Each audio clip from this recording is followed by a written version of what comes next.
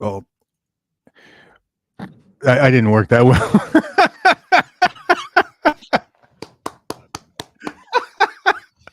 Oh, I'm so sorry. Welcome to Tone Talk, guys. It's episode 151, and with Mark and Dave, and we have got a special guest tonight, Steve Fryette. Of course, I just screwed that up, but regardless of that, where did he go? Actually, where is he? He went somewhere, and I don't know. Maybe he's coming.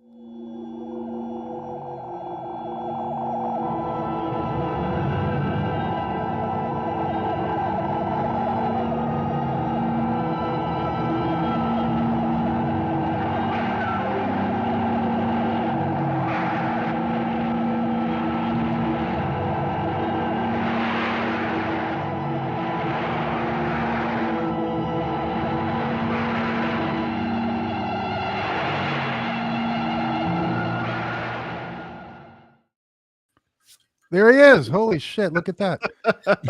Beautiful. Oops. Oops. Yeah. You leave it to me for technical shit. I'm always going to fucking. Okay. That's how you do it. That's what's fun. How you doing? Fantastic. How are you guys? Good. I'm good, man. Oh. Congratulations, Dave. Oh, on the IRD? IRD. Yes. The IRD. It is IRD. out, and there's a million videos to show you. Oh my God. Yeah. There were definitely a Well, lot of videos. there is the videos that you do or you have done, right? But then there's all the stores that do their own videos. Right. And then sometimes there's people that just do their own on top of that. So then it winds up being like, way too many. I think most people kind of watch the ones that that they typically watch. It's true. You know? Yeah. Yeah. And some have different points, or they make different points, or they're a different style player, they're playing a different style. Or and they forget how different functions work and they say the wrong thing. Oh, absolutely. That happens. Guys that all like said, well, that's a boost. No, that's a cut. No, that's the brightness. That's the presence. That's deep. Yeah. Well, And the ones I especially liked were like on the Deliverance module, which has the presence and depth that you switch on and off. The ones I really like were the guys that were turning the presence and depth up and down with it disengaged. That was cool. Yes, the Deliverance module, good module. in the synergy line. Yeah, absolutely. If you guys want a Deliverance module, feel free to go. If you have synergy, go buy yourself a Deliverance module, or one of my modules, or one of Wagner's or Diesel's, or you name it. Yeah. Did the Doctor Z one come out yet, or no? I don't think so. Yeah. Okay. Well, speaking of the confluence of videos, we were supposed to have a release a month ago and then 2 weeks ago. So that's worked out real well. Yeah. Yeah. And so some detail kept getting overlooked, and some, we're trying to coordinate the dealers, getting orders out to them. So when we'll do something that we've never, ever done in the company's history, which is have a product in the store before we blow our yap about it. And we actually got some out, but the delays kept going and going, and the screw ups kept accumulating until it crashed right into today. So as we're going along, and everybody's got their videos made,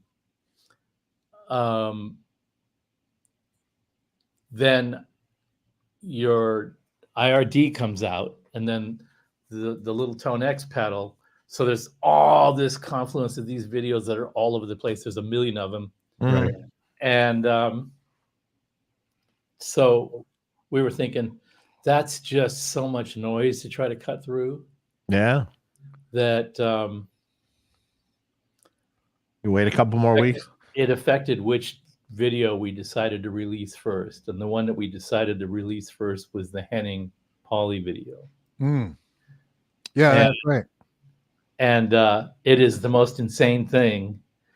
And people are already commenting, why did you do such a crazy thing? That's so off the wall, blah, blah, blah, blah. And he's going, well, that's what Fryette wanted. And, you know, he's being really gracious because it was his idea. I went to him and I was so impressed with what he did with the Soldano, the SLO pedal. Yeah, He's that's hilarious. measuring the diameters of the knobs, and I just went. I called him up and I said, I don't expect you to top that, but I'm going to send you something pretty soon, and I expect you to at least make an effort. And he goes, okay, well, if you got any ideas. I went, no. It's just like if I want to get a guitar and somebody says, oh, well, I'll make it any way you want. No. That guarantees that the guitar is going to suck sideways. Right. You don't want me sticking my nose in that. And no, I just said, no, I called you about this because of that. So I'm not going to bring you an idea. I want you to not only not bring me an idea, I want you to bring the idea, and I don't want you to tell me about it. I want you to just say, hey, I got something I think you're going to be happy with, and run with it. And he went, all right. So a week before he started actually shooting it, he says, I got it. Let me tell you about it. And I said, no, I'm hanging up now. And he goes, no, I got it. It's so off the wall. You probably want to have a little bit of input on it. And I said, no, I don't. And he says, well, just look at it. You know, just make sure that you're not totally offended by it, because it's pretty out there. And I went, you know, all right. And he sent it to me, and I just went, you didn't need to send it to me. You're good to go. So it dropped today, and people are losing their fucking minds, and it's hilarious. And people are saying, why did you do that? And he says, well, that's what we asked for. And just to set the record straight, we just asked him to throw the ball really, really hard, and he did. And just to do his thing. That's his thing. The part that we asked. I didn't even see it, so I gotta go look. Oh, Nielsen's texting me every 15 minutes. I'm dying. I'm fucking dying. I can't believe it. It's so crazy. The first person in the chat, Mr. Spillify here, excited to see the Deliverance 2. Although I felt more than a little violated by Henning's ASMR video. Exactly. Hey, I guess we're all going to have to.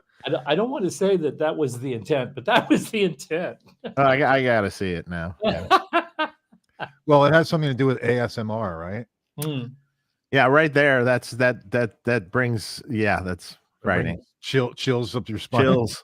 Yeah. Chills. Probably it. He doesn't have like tapping nails on something, does he? Oh.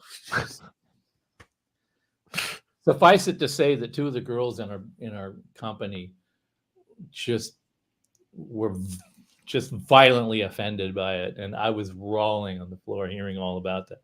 Not even funny. That's not even funny. That's just disgusting. I can't even watch this, and I'm like, yes. It's like the video equivalent of a bunch of guys going in a room and smoking the most poisonous smelling cigars on the planet, just to keep the women away, you know. It's funny. All right, but now I really want to watch it. Yeah, we'll have to watch. All right, but make sure you guys stay here. Watch it here. Don't go watching it right now. It'll be there. After It'll be there waiting for you. Hey, looks like James from Rewind Electric's in the house. So we're talking about the Deliverance 2. Is that what we're talking about? 2+. 2+. Okay. What's plus about the 2+? Yeah, good question. So wait a minute. There was the Deliverance, and then was there a Deliverance 2? Am I just Can I just interrupt a second and say, am I supposed to be seeing the chat? Yeah, there we go. I had it set wrong. Okay. I want to Okay. see if there's anybody I got to say hello. Hey, Amanda, I knew I would see you. All right. Some of our pals. And plus, we have a video explainer that dropped today about it too, that explains what that's about. But in simple terms, You ran out of names, so you just tacked a plus on the. that's right. Exactly Okay, right. that's up. It's the thing that the last thing that people sort of struggled with on the Deliverance, which is making that, not just making a transition from clean to overdriven, but making a really remarkable transition from clean to overdriven. As in other words, a lot of times it's like one of them gets compromised over the other one, and you give one of them priority and let the other one just, the point of this is we know that you're going to be using it in this mode 80% of the time. So we're going to assign 80% of the priority to the overdrive and 20% to the clean. It actually works out a little more balanced than that. But I mean, when it comes to envisioning how the end user is really going to use it, you tend to do that. You tend to say, this will be not just good enough, but more than good enough, probably for more than the average situation, as opposed to like when the first Uberschall prototype showed up at NAMM. Reinhold comes over and goes, you got to check out my new amp. And I went over there, and he wasn't there when I got there. So I played through it, and I'm listening to the overdrive, and I'm listening to the clean, and he comes back later. Did you come over? I said, yeah. I went over. Overdrive is fantastic. It's just like really aggressive. I love it. I said, are you done with the clean channel yet? He goes, yeah, but fuck that. Don't pay attention to that. I went, okay. And so that's the extreme example, but I wanted more than that. I wanted people to be equally Impressed, happy. Not impressed. I wanted to feel like I thought I was buying this for the overdrive, but I would have bought it if it only had this clean. That's the reaction I wanted. Yeah. Right. And it's kind of backfired on me, actually, because a couple of the videos that people did, that they sent me the videos for review, they don't want you to tell them how to edit the video or what they're saying or anything, and I don't blame them. I wouldn't want them telling me what to do either. But they usually just do that. Here, check it for technical accuracy kind of stuff. Sometimes they do, sometimes they don't. But the ones that do, I'm like, maybe you put a little bit more focus on the overdrive, because they were so into the clean that they almost forgot about showing the overdrive stuff. How do you feel about that, Dave? I'm sorry? No, I was asking Dave, what about you with your amps? How do you feel about that, designing your amps? I mean, often find that people find our clean channels, because our clean channels aren't always the cleanest clean channels in the world. Like the newer amps, kind of a gritty, plexi sort of clean, like, Marshall everything half kind of, semi-gritty, classic kind of thing. And in turn, I used to make really clean channels, and then I found that the majority of people don't want that. Don't like that. Don't like it. Don't want it. Too sterile. They don't want it really clean. Occasionally you get some people that want it extremely clean, but so I started doing that, and universally it seemed to be more liked. So they paid a lot of attention to it. Generally, it was sort of interesting. I kind of look at it, and I always look at it like, yeah, that channel, turn that gain up more, turn it all the way up even, but then roll your volume knob down, because on that channel you'll get AC/DC, let's say AC/DC on 10, right? just breaking up. But if you roll the volume knob off a little bit, it's totally clean. Mm-hmm. And I think that's more useful than trying to set it clean. Exactly. And trying to boost it or something. I don't know. Just roll up. I'm more of an amp distortion guy than a pedal distortion guy. So to me, I want to get the sound out of the amp if I can. Yeah. And then roll down the volume knob. Imagine that. Yeah. Or change the pickups or change the guitar. And the other thing that always would bug me is like building rigs over the years is like people that they want to make all their guitars the same output level. And I'm like going, well, wait, so you got a humbucker in your Les Paul, but then you switch to a Telly, but you want the Telly to put out as much as much level as the humbucker. That defeats the point of the Telly. If you just plugged a cord in, it would be what it is. Mm-hmm. And that's the thing. And I never quite understood. Oh, let's match the packs and the wireless to match up the signal level. I go, no. I think that's the natural guitar player's tendency to be so OCD about these little things that they forget which instrument, that each instrument has this personality. And that's kind of why you have them. They inspire you to play a different way. And my wife and I do this all the time. She is the better cook, without a doubt. I'm happy to do the dishes. You do the cooking part, I'll do the dishes part. But after a few weeks of that, it's just like, you need to take over the cooking chores for a while. Like, why? And she goes, because I'm sick of everything that I'm making, because I always make the things that I make and they taste the way that they taste. And I'm sick of my taste. So you need to do some cooking for a while, because I like the stuff that you make, and you can make the same salad or the same pasta. You can make exactly the same thing and it'll be entirely different. And I need you to take over the cooking chores for a couple of weeks, because I need to eat some different food. And going out to the restaurant isn't going to cut it, because we go to the same fucking places all the time, and I'm sick of that too. You know this. I know this. It's like I come home, we both do this. We come home and what do you want to have for dinner? We both go in the living room, park on the couch, and open up bags of pistachios and cashews and cut slices of cheese and make a couple of drinks, and that's dinner.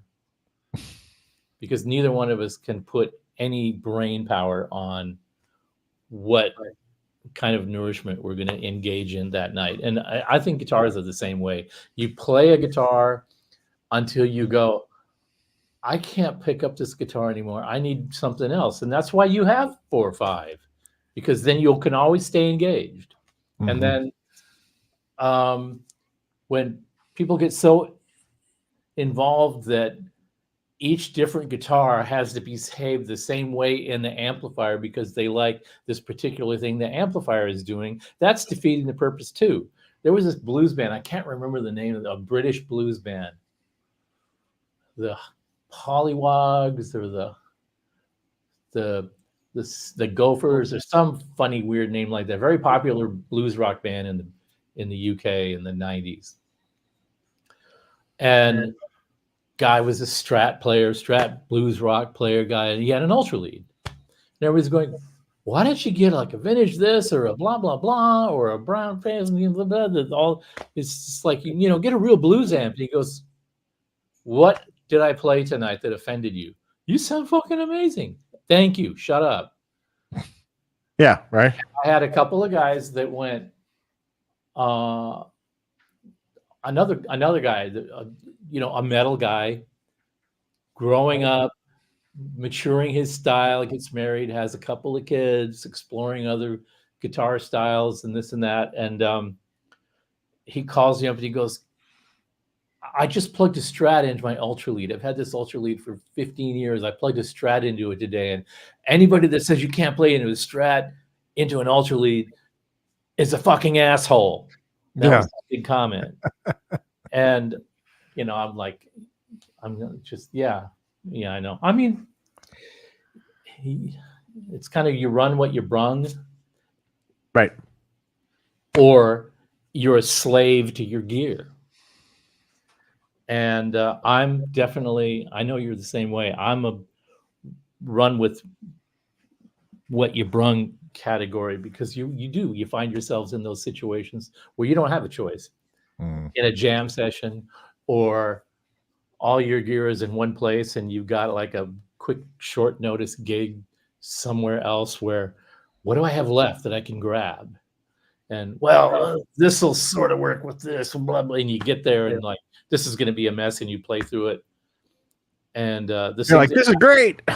Yeah, same thing like when you go to a gig and you think you stuck up the place and everybody's like patting you on the back. Oh yeah. And the nights that you were like, I was the cock on the block tonight, and like, boy, what happened to your tone? You were sucking tonight.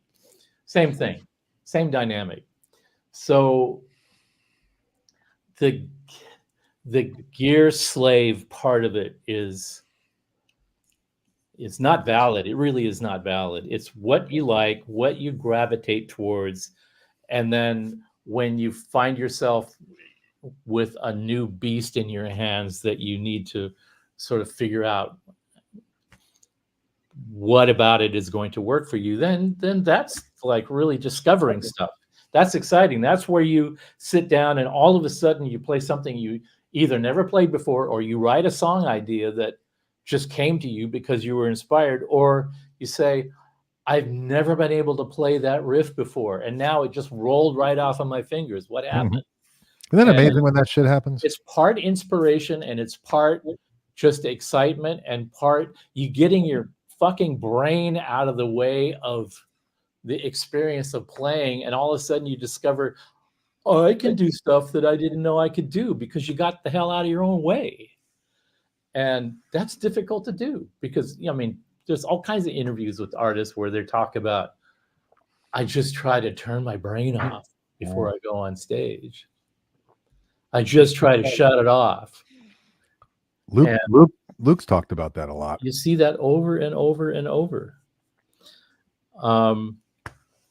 That happens in design work too. When I was working on the 2+, I was thinking about how to make the overdrive just a little bit more organic sounding, because that's really what separates the Deliverance from the Ultralead, the Pitbull ilk. That it was intended to just sort of be more of a, this is what our basic tone recipe is about. And then that recipe is applied to these different models in different ways. But really, this is what distinguishes us from other amp companies, not quality, or not how many hand-wired solder points you did in it, or whatever, what tubes you're using. It's just extracting, it's like cooking. It's extracting something out of nowhere and putting it together and having it go, that turned out pretty good, or that sucked sideways. And then you got to figure out if it went out, if it sucked sideways, you got to figure out what wrong road you went down. And if it blew your own mind, you have to go, fuck, what did I do? I got to be able to replicate that. I got to be able to do that a second time. So there's pressure either way. There's no out. So I was kind of working on getting a more singing overdrive out of it. And in the process, all of a sudden the clean channel started getting my attention, like going, the clean channel is responding to the things that I'm doing to evolve the overdrive sound. And it all just sort of started coming together. And Joe Gamble was over at the shop one day, and I went, Joe, I think I'm losing my mind. Play through this. And he plugged my guitar into it, and he played, and he goes, holy shit, what did you do? And I go, well, I'm not exactly sure yet. That was the reaction. And then, I figured it out later. But what actually happened was I was thinking of the amp strictly as a clean amp for a while, and then strictly as an overdrive amp for a while. And there are so many different, like you said, there's pristine clean, there's sterile clean, there's slightly broken up clean, there's totally overdriven broken up clean. They're all flavors of clean. And not any one of them is better than the other one. They're just different kinds of cleans for different applications.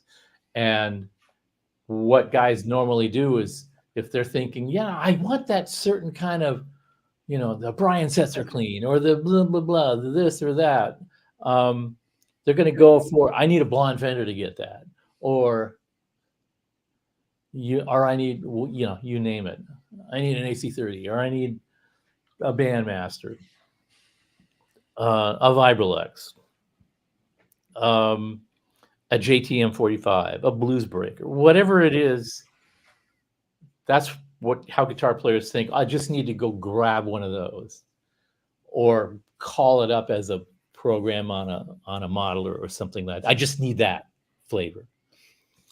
And that's because certain amps just have this personality, and when you play through it, it doesn't necessarily matter if it's overdriven or clean or in between or whatever it is. It just has that flavor. The right amount of salt and pepper and a little bit of cayenne and blah, blah, blah, blah to throw in the stew. That's what I need. And so I was thinking in those terms when I was focusing on the clean sound of the Deliverance and not giving a shit what the overdrive would do. And then when I went back and started seeing how that affected the overdrive and enhancing that and fine-tuning that, I did the opposite thing, and I kept going back and forth until they didn't clash with each other anymore. They both coexisted on the same platform. And that's the difference between the 2 and the 2 Plus, is that it's easy for somebody besides me to go in and extract that performance out of it. And one of the big things to get that was to disable gain 2. It's got gain 1, gain 2, and then the master volume. And then the 2 series had a foot switchable high gain mode, and we put in the solo knob, the solo volume, so that when you went to the overdrive mode, you could have a different volume for solos. It's not a channel switching amp. Everybody that's reviewing go, oh, it's like a 2-channel amp. No, it's a 1-channel amp with 2 modes.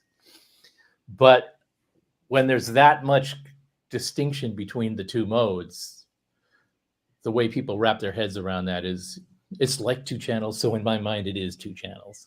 Yeah. They're 2 different beasts. And so in that version, gain 1 and gain 2 still work to where the first gain sets how much gain it is and adjusts the timbre, and the second gain is full range, and that adjusts how much extra gain you need or need to take away or add to get the right balance of overdrive, crunch, whatever it is you're trying to get out of it. The problem with that is that when you wanted to play cleaner, if you really wanted to get a great clean where the power amp is doing most of the work, it was hard to get the preamp out of the way because you had to turn gain 2 all the way down. You can't do that at a gig, because when you want to solo, you got to run over and turn gain 2 back up to where you need it. So the gain 1 characteristic had to increase in its dynamic range in order to cover more territory, and the power amp had to get a little bit of refinement so that it would respond to that. And then when you switch it to the more mode, gain 2 comes on and adds whatever gain you need to what you already had to turn it into a fire-breathing monster. So that's what the Plus is about. It assigned the gain 2 a specific duty with regard to the overdrive only. And then all the rest of the amp works normal. The bright switch, gain 1, the tone controls, the master volume, they all work the way they were working before. It's just you turn off gain 2, and then you have that turns the solo master into the thing that allows you to push the power amp to get the right balance of power amp saturation with the preamp saturation. And then, of course, we're getting what the hell are you doing in this day of age making a 120 watt amp? Is this big beast? Blah, blah, blah, blah. Well, sorry. That's what we do. That's what we do. Yeah, we're going to get into smaller versions of these amps and more practical versions of it, but this solidifying what the Deliverance is really all about revolved around the 120 watt amp first, because it's all about the big iron. Big transformers have a certain behavior. When you take a 20 watt amp and slam it, yeah, it's, you know, bullying a little 20 watt amp around is lots of fun. It's fun and it's profitable and it's hilarious, and you get to elicit all these behaviors out of it, and you know, just kick it around to be mean to it and all that. It's great fun. And that records great. It's fun to play through and all of that, but it's not the beast. It doesn't scale. What scales is the distortion. What scales is the excitement. What scales is that it transfers to tape nicely, but that chug on the bottom, that stump puller vibe that you feel under your fingers does not scale, because the transformers physically get smaller. The output and the power transformers physically shrink. And little transformers transition from where they're working comfortably within their operating range to being overloaded and squished and compressed and getting too hot, yeah. Blah, blah, blah. Mm-hmm. And there's a time curve where that occurs. And it's a shorter curve in little amps, and it's a bigger curve in big amps. Mm. So a big transformers, when you apply a voltage to a transformer, they build a magnetic field around themselves. And the expansion and collapsing of the magnetic field is what transfers the energy from the primary to the secondary. It's an accordion. And it's like a little accordion and a big accordion. There's a time lag difference between opening it all the way and closing it all the way. And it's a longer time lag in big transformers. So that in a big transformer, that field takes longer to build and longer to collapse. That's called hysteresis. That's the actual name of that phenomena that's occurring in the transformer. And because it's slower, you as a player react to that kind of behavior differently than you do a smaller amp getting kicked around.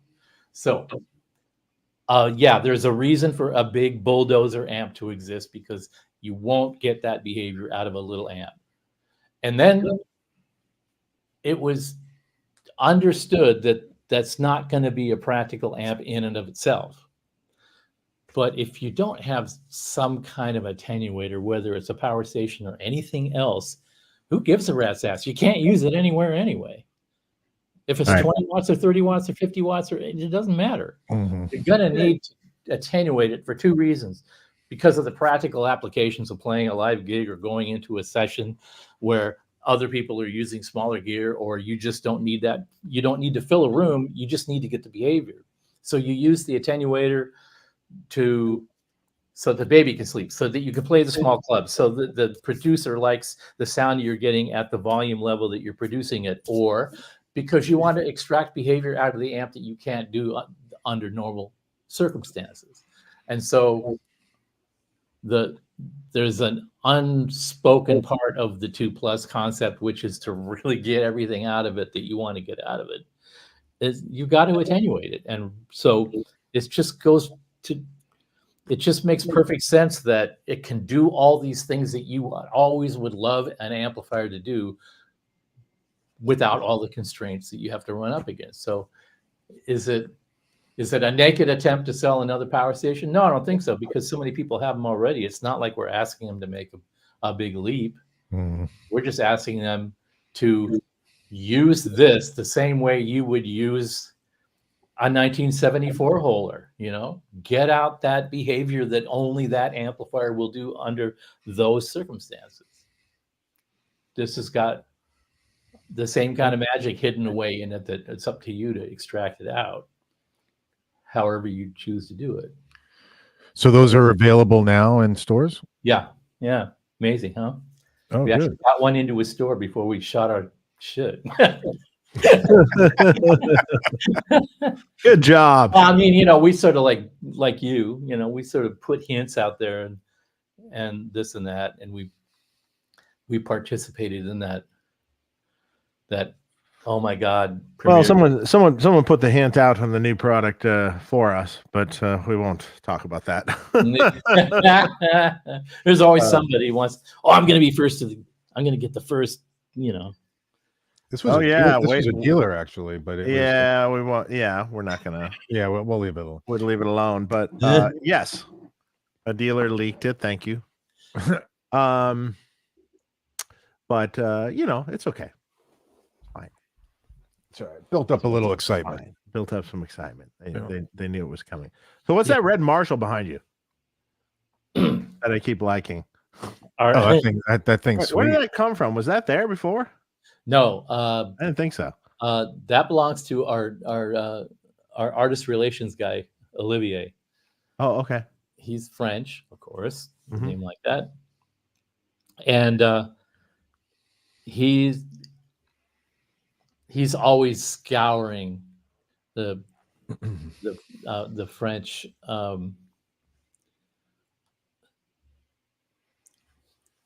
like whatever they have over there that's like eBay or like Reverb or something. He's always scouring this French specific sites where people sell stuff that don't want to sell on eBay or they don't want to sell on Reverb. Right. And he finds the most stupefying deals on stuff that you thought were long, long gone. Huh. And this is 2/3 of this rig. He's got the bottom cab too. Oh, nice.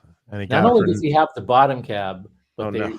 but it's the whole set, the whole stack is a one owner stack. It's a one owner amp. Wow. He bought it from the guy that bought it new. He played it for a couple of years and then put it in a garage and never touched it again. Wow. And it has covers. Oh, and man. It sat in his garage so long. I think I have him here. Hold on. Is that the 70s? I can't tell from this far away. Probably early 70s.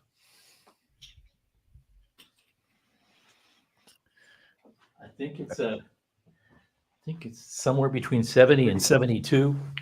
Right. This is one of the casters. Check this out. It's flat on one side. It's sitting in the same spot for so long that the casters are flat on the bottom. It just became flat. They melted. Yeah. Wow. Are they all like that? Yeah. That's awesome.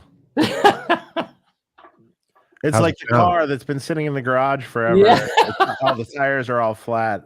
I watch a couple car guys occasionally on YouTube, and like you see them go get buy the car from this guy or something, and you see these amazing cars and just sitting all full flat.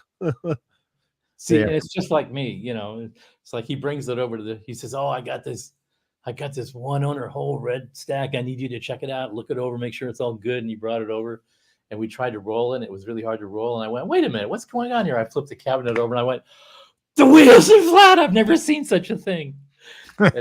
Yeah, I've never seen that either. So that ship, to me, that was the most amazing thing about it. So that shipped from France? Yeah. Wow. Yeah. So it's, it's got a great backdrop. Yeah. It's a great backdrop. It's got the original tubes in it. That's cool. Disgusting. It's totally disgusting. And I think he paid, I want to say between $5,000 and $7,000 for the whole rig. Good deal. That is a good deal. Yeah. It had to cost a pretty penny to send 2 4x12s across the pond. Yeah, probably. But what he got a good price on the amp. So yeah. He found another one he found another one recently, a half stack from another guy that had it since he was a kid, and he had a stroke or something like that, so he finally sold it because he knew he was never going to play it again, and he put it in the local paper for $1,500, and Olivier found it, and he called him up, and he goes, I'll give you $3,000 for it. And the guy says, I haven't had any offers yet. I'm selling it for $1,500. And Olivier's going, yeah, but it's worth more. Why don't you let me give you $3,000 for it? And you go, no. I advertised it for $1,500. It would be dishonest of me to charge you more now that, and he's going, look, I'm just trying to help you out. It's worth so much more than that. Let me at least give you some fraction of what it's really worth. No. That's the price. Come and pick it up. I'm not shipping it, or don't. It's your choice. Guy would not let him pay more money for it. That's awesome. Interesting. So yeah, I remember years ago when I first started working for Andy Brower, right? So he had me looking. I got a picture of you then. Yeah, I bet you do. He had me looking for stuff in the recycler, the paper at the time. Oh yeah. And I remember specifically, and I think I went with him. There was a Marshall head or something listed, and it was a pretty good price. I don't remember what it was, but it was like next to nothing, like $300, or maybe it was a half stack or something. I don't know. Mm-hmm.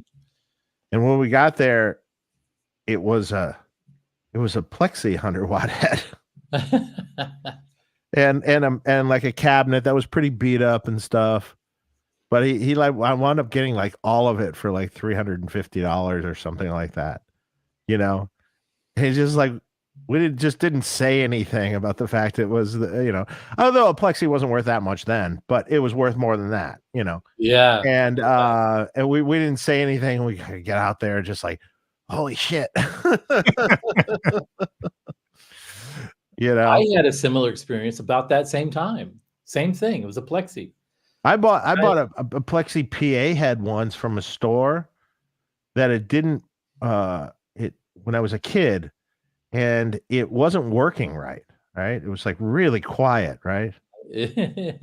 Well, so it was really quiet. I mean, it was kind of working, but it was really quiet, right? So they gave it to me for like non-working, right? For like $150.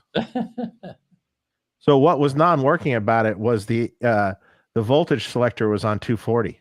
Yeah. You put it on 120. It was like, I wish I had that. I bought a Plexi from a guy that was selling two Marshalls. He had a JCM 800 and a Plexi, and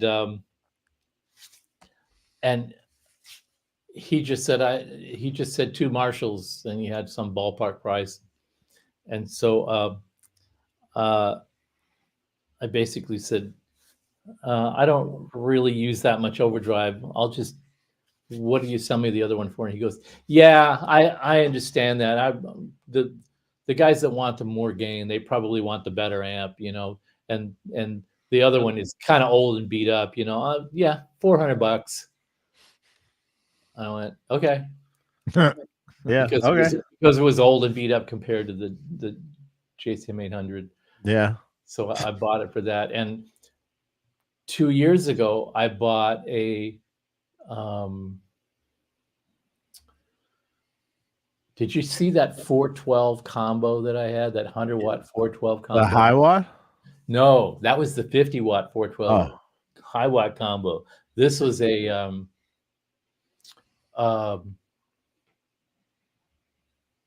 Selmer 412 combo.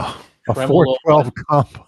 Tremolo 100-watt 412 combo with Goodman speakers in it. That's crazy. It weighs 125 pounds. It just only plays clean no matter how much you turn it up. Does it have a single handle on the top? No, I don't think it was like I worked on for Neil Young. I worked on a Baldwin Exterminator. You ever see those? No. No, you never Oh, seen wait a one? minute. I think you showed me pictures of that one time, once upon a time. It's about the size. It's about the height of. I don't know, shoulder height, maybe Yeah. on me, right? So it's got all these. I forgot. It's like a couple 15s and a smaller speaker. It was like 3 different speakers per side. It's like a stereo amp. Oh, yeah. And there was the only handle on it was one at the top, and I was just laughing because like, what do you supposed? How does this work? Yeah, How are Andre you is your supposed to roadie. lift this up when it's shoulder height at the top where the handle is? You For know, Andre Your the guitar Giant. tech is Andre the Giant. and like, Yeah. yeah, exactly. I'm like, is this some you know oh, well, what was that show? Yeah, like with the Giants, the old Yeah. well, anyway, yeah, like some huge giant gonna pick it up and carry it around. Yeah. That was the craziest amp. It sounded so good. It did? Did Yes. it sound good? It had like trem and reverb in it, and it's solid state, but man, it would break up in such a nice way. It was Yeah, like you did show me that one. it You did was show me that one. cool, man. Well, It this was had cool. the It looked push like an old buttons, like the- bowling, like a console at a bowling Yeah. bowling alley or something with buttons and all sorts of stuff. But man, did it sound good. I almost wanted to buy one. I liked it so much. This That's Selmer had the whole thing. It had the little push buttons like the Dodge, the Yeah. 60 Dodge dashboard, where there's like 6 of them and only one of them is usable and all that. And maybe they only kind of work. And I plugged in. He's it just came back from the repair shop, so it's all working. And I plug in it, and nothing is working. And he's like, "Oh well, okay. Well, we'll just send it back to the shop and have them look at it." I said, "Why don't you just sell it to me as is?" And he's like, I don't know if we can do that or not. Well, can you find out? I'll wait.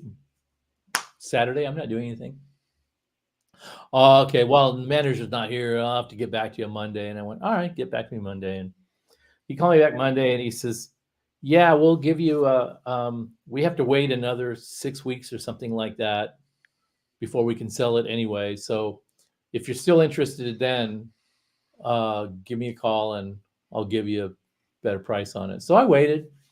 And then I called the guy and he goes, oh yeah, you can buy it now. And so I got it. They were asking like $2,500 and I got it for like $900. And I brought it back to the shop and opened it up and just built just like a Fender inside, except all the cathode resistor cap networks on all the preamp tubes were on their own ground bus.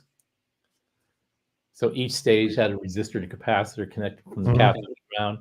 Yeah. 4 of them are all on one ground bus with one wire going to the chassis ground, and that wire was broken. Well, then it wouldn't work now, would it? No.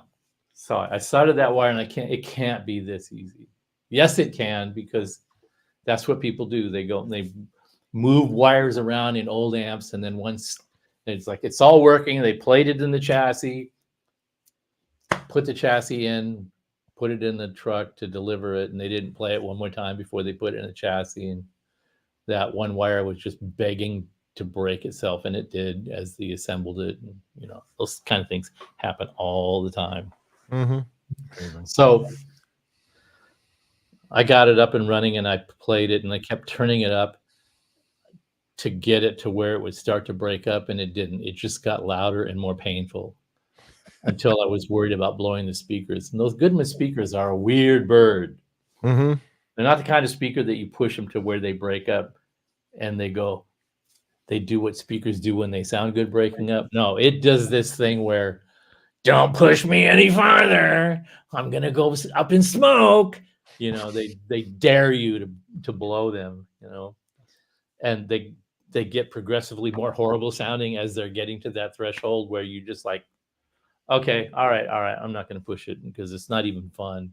It's just going to be, I'm just going to be sad and I'm going to lose money. So somebody's going to want these speakers stock and in good condition, and so I'm not going to deprive them of it. Of course, then COVID happened, and then we moved the factory and it was in storage, and so now nobody has any time to do anything like put an amp up for sale and in any medium and deal with somebody wanting to come over and check something. Oh, what do you guys do here? Oh, hey, can I test some amps? Like, no, Yeah. it's just going to sit in the back and gather dust until somebody watches one of these videos and goes, I'll take it. That's like when you repair something. You know, you're a decently known person that you repair an amp, and customers coming to pick it up. Oh, can I play through it? Oh. For an hour and a half, You're just like playing all my most heinous riffs ever. it's like you're thinking to yourself, do you have to? Right. Can you just Really? take it Can you home and take play it it? home and check it out? If you got an issue Yeah. with it, just bring it back. Yeah, can't you Yeah. torture your cats in private? That's funny. Hey, let's go to some super chats. Yeah. I see the first. Oh, that's not the first one, is it? That's the first one I see. Exact same preamp. 20 watts. Hey, Steve, if I had 2 amps, exact same circuit, but one was 20 watts and the other one was 100 watts, would the outcome be the same if I use them through a power station? If not, how would they compare? You kind of talked about that with the big iron and bigger That's transformers. exactly the explanation. Yeah. That interestingly, though, there's another little twist here. Because which power station? If it's the PS2, which is a 50-watt amp, and 20, the other one 100, would the outcome be the same when used with the power station? How would they compare? Well, okay, so let's start with the 20 watt. You push it up to where the sweet spot is, wherever that is, and then the 100-watt one, you do the same thing. It's going to be a totally different threshold. It's going to be a different level of signal that goes to the power amp in the power station. So you're going to adjust the output volume accordingly to what volume you want to be playing at. If it's the PS2 and you're comfortable in that 30 to 40 watt range or more, or you're playing with a loud drummer, you might get to the threshold where the power amp section of the power station is starting to max out, and it would start to introduce its own compression. It won't necessarily sound that distorted because it's designed to hold together until it's maxed out, and then mostly what you hear is compression. So you would hear a slightly different flavor of compression with those two different amplifiers, but at different volume settings, but ending up at the same amount of SPL at the speaker. Now, if it's the PS100, the same thing would happen with the amplifiers, but the power amp has more horsepower. So the 20-watt one would give you a little bit smoother compression and a little bit more mid-range squawk. And the 100 would have a broader depth and top end behavior because it's capable of doing that even under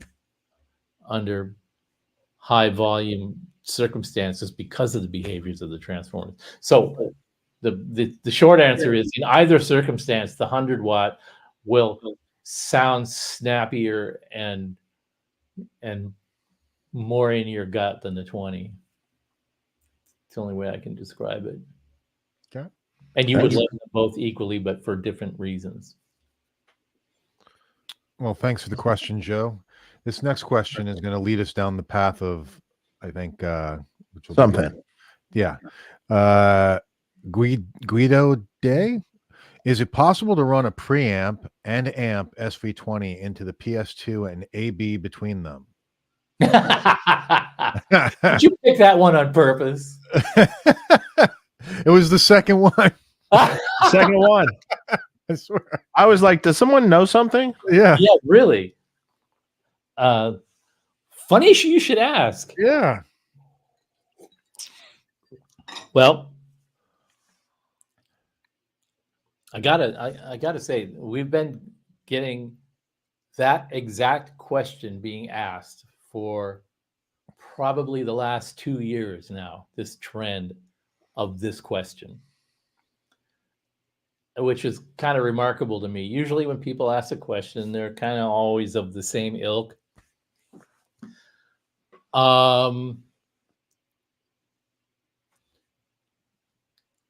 Not too long after the power station was released initially, about a year after. So that would have been about 2016. It came out in 2015. So 2016, 2017, I was goofing around and somebody asked me how they could use a preamp with the power station to make it to record direct and make it sound like it was a real cranked amp. Would there be a way to do that?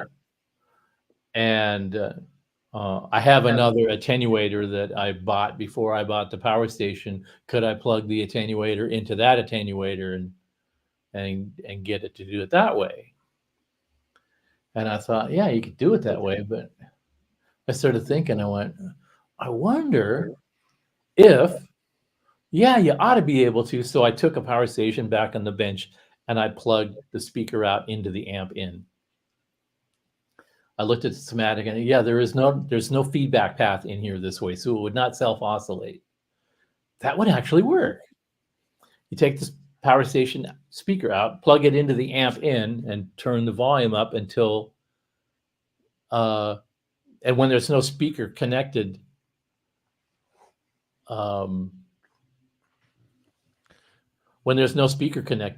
you don't need to have a speaker connected because the power station is driving its own load. So when you do that, it interrupts the signal from the input to the output, so it can't feed back internally. So what you do is you get the speaker output, the output of the power amp going into the load, and then you can tap the signal from the load off of the line out and plug that into your DAW and into an IR. And then you can turn the volume up on the power station until the power amp starts to clip, and then your preamp will sound like an amp cranked. And so I made a little video to demonstrate that, and people were like, "What? Oh yeah, that's like, well, how can I do the out into the in? And Right. you have to understand a few things. That's how. I'm gonna pay for this because somebody's gonna. Yeah, you know what? I took my JMP. I took my 1970 JMP and I plugged the speaker output into the input, just like you said. No, that's not what I said. This is specifically on the power station. I was so afraid, but I did it anyway. I put it out there and it languished out there for a while. Some people thought that's pretty amazing. I'm going to try that. Well, 2 years ago, we re-upped that. People started asking that question regularly again, and we kept referring them to that video. But that's when we started realizing, you know, these demo videos that you do, they have a shelf life.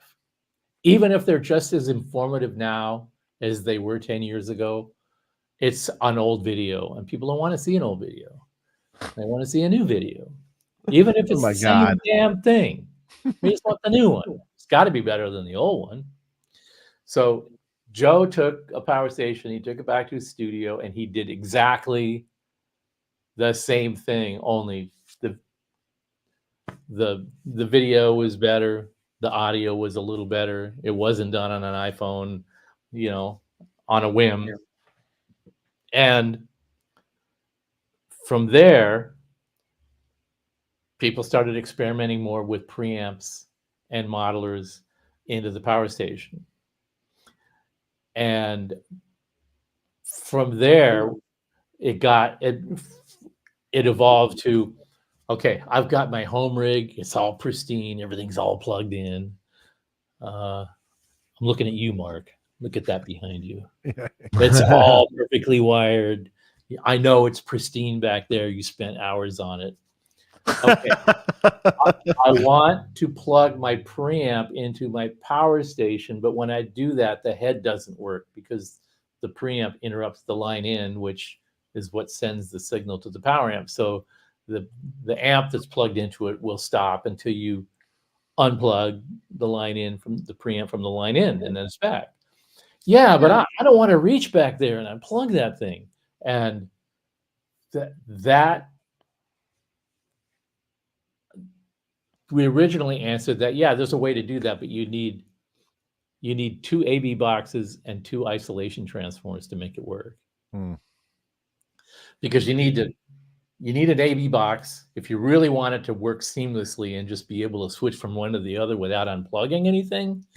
Okay, so you need an AB box to connect the two amps, and then you have to take the preamp and the amp, and then the amp has to be plugged into the power station, and the preamp has to be plugged into the power station. So there's 4 possible ground loops there. So you need an isolation transformer on both the preamp and the head to make sure that there won't be a ground loop between one or the other one and the power station. And then you have to have another AB box from the output of the preamp, and then you send the line out to the other side of the AB box, and then the common of the AB box goes back to the line in. That's how you select the 2 sources that go back in and drive the power amp. So that's what we were recommending. And just before we moved, after I'd answered that about the 10th time, I just went, this is crazy. We've developed a product that demands this new solution, and nobody else is going to think to do this because they don't make this product. They're not that, other manufacturers, they're not that aware of the product. They don't look at all these crazy ways that we're suggesting that you could possibly use it, or people finding their own. It's going to land on us to do this. So I went, all right, let's try this. And so I made a prototype box to do all that and worked all the bugs out of it. And I went, as I was starting to do that, we're getting ready to move. And so we packed everything in the boxes, and then we moved and getting set up. And then when that question, the number of those support questions just started escalating and escalating and escalating. And then it became, we got to make this stupid box, because answering these questions all the time is just, it's taking more time than developing a new product would take. Mm-hmm. So that's what I did. And we've been sort of dropping clues about this for weeks and months. But so we came up with a box that does all that. It's called the Cyclops. And there's some videos coming out about it the next couple of days. It's going to be hitting the dealers in about a week. And how cool is that? It's called Cyclops because it's got the big stupid eye in the middle of it. And it sits on top of the power station, and on the back, it's got all the inputs and outputs that you need to accomplish everything. And you use them all. That's right. I said you use all of them. These are not options to use it one way or another way. You have to use all the ins and outs to make it work. And if you look over all the way on the left, there's one that says remote. That's because there is no way that this is going to go on a pedal board, because you can have 7 cables going to it from your amp rig to your pedal board to make all this work. So the remote jack is a foot switch jack, so that you can run a foot switch down on the floor on your pedal board and control it that way. So it's got built-in isolation transformers. It's got pop mute built in. It's got a really high quality low noise buffer in there that's nice, flat, clean, no hiss. And you switch it with the front panel button like this, or there's the foot switch that does it remotely. And so you can leave that set up all the time and switch between a preamp and a power amp. Leave everything plugged in. It's all done for you. So yeah, that's the answer to that question. Thanks for asking. that was well timed, and that's awesome. So do you have it set up to play? Yeah. Let's check it out. So I guess I'll step in. So we have an IRX preamp. Right. Set up, and I assume the Deliverance is the amp that's going into the power station. That's right. And you can switch between them. But if you had a Synergy product, you know, Synergy. Uh-oh. Dave hung up on him. Dave hung up on Hi, us. Dave. Nice knowing you. I don't know what happened, unless his power went out or something. Well, anyway, I can continue where he's saying, but basically any preamp. There he is. He's back. What happened? No idea. It just went blank, the screen. Huh, It just okay. signed me out.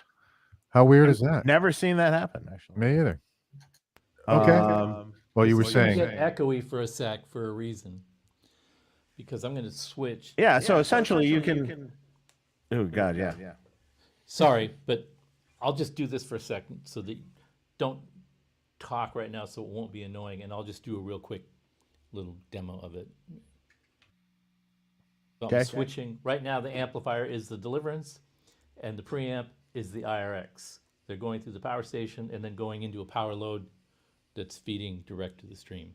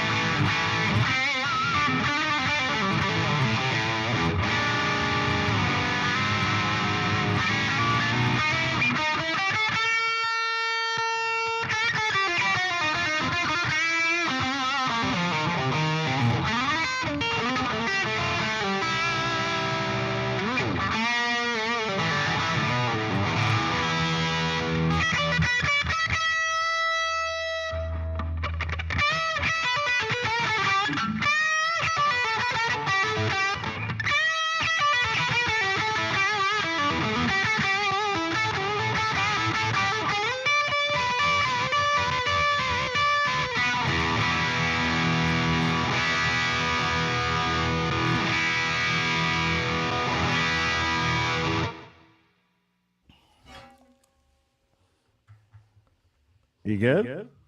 Oh.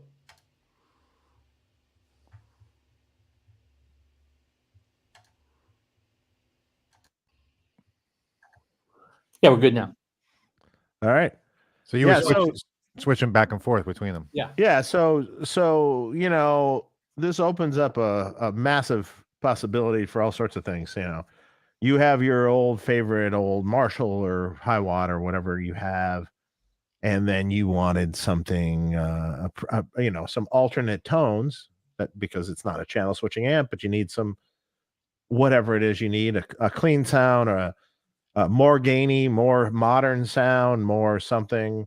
That could be your preamp. You could, like I said, you could do it with any rack preamp, any pedal preamp, the IRX, the IRD, the Sin 1, Sin 2. Yeah, It's it works endless. great with all those. And by the way, credit where credit is due. Just as we were getting ready to go to press,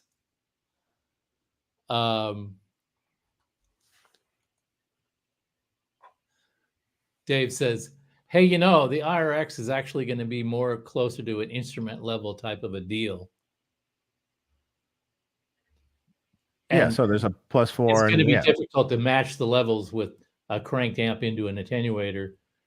And is that going to be adjustable? And I went, it wasn't, but now I guess it is. Well, yeah, there's also a ton of people that use, if you want to use a pedal, right? Technically. Right. If you wanted to use one of a variety of pedals, A being to your slaved amp, you could now. Right. Now the level going to the power station from the power station's line out back to its line in is quite a lot hotter than the level coming out of the IRX going into the line in. So this compensates for that by pushing that button in, right? Yeah, this gives that. Yeah. So, it's super useful for a variety, whatever you're going to try to throw at it. And you know what else I discovered about this that was really, really interesting and fun? Is when I tried to talk to people about, what is it about your amps? I mean, you overdrive, everybody does overdrive, blah, blah, blah, blah. What it is about your amps that makes your amps different than other people's amps? And I would say the vowel sound. Okay. And that's a long conversation. Well, you just heard it. When I plugged into the IRX, you could distinctly hear the E vowel sound I played notes, I played chords. You hear this big, expansive, wide, detailed, full bottom sound out of both of the amps, but one of them is going and one of them is going ah. Right. And that is so easily and perfectly illustrated by switching between those. And that's why I set them up to where they're practically indistinguishable as far as gain and overdrive. Well, why did you set them to sound almost the same? To prove to you that they're not almost the same. Yeah, They they are there's the something. same to the extent that you can get overdrive and sustain and thump and detail, but which guitar you use, whether it's a Tele or a Strat or a humbucker guitar or all that, they're all going to behave an entirely different set of ways when you plug into these two different amplifiers because of that vowel characteristic that they exude, they apply to your sound. And both of them are equally valid. I was listening to something today on the radio where somebody was using a lot of overdrive and a wah, and boy, you could really hear. It was a really well recorded high gain sound with a wah solo. It was very Jerry Cantrell-esque in a way, but it was a little more aggressive. But I was listening to going, that's a lot of gain, but it sounds really great with a wah. It goes, wah! You know, that opening envelope when you close it again, where it just kind of jumps out in your face and then pulls back. And that behavior is going to be entirely different when you plug into Whatever. I mean, like, yeah, I mean, right. You're deriving one sonic signature from the preamp and the other signature from the power section. So, like, you know, the little Plex amp that's coming out, it's all just hammering the power section of the amp, you know, that responds and reacts totally different. Yeah. Can it sound very similar? Yeah, absolutely. On that note, can it sound very similar? It can. If I go back and play them now and you listen to them again, I won't waste your time because it's like all the turning this off and switching that off. But I've tried it on 3 different people, Joe and a couple of people at the shop. Wait a minute. When you were playing before, they sounded really different, and you changed something because now they're starting to sound really similar. And I'm like, no, I didn't touch anything. No. They sounded distinctly different before.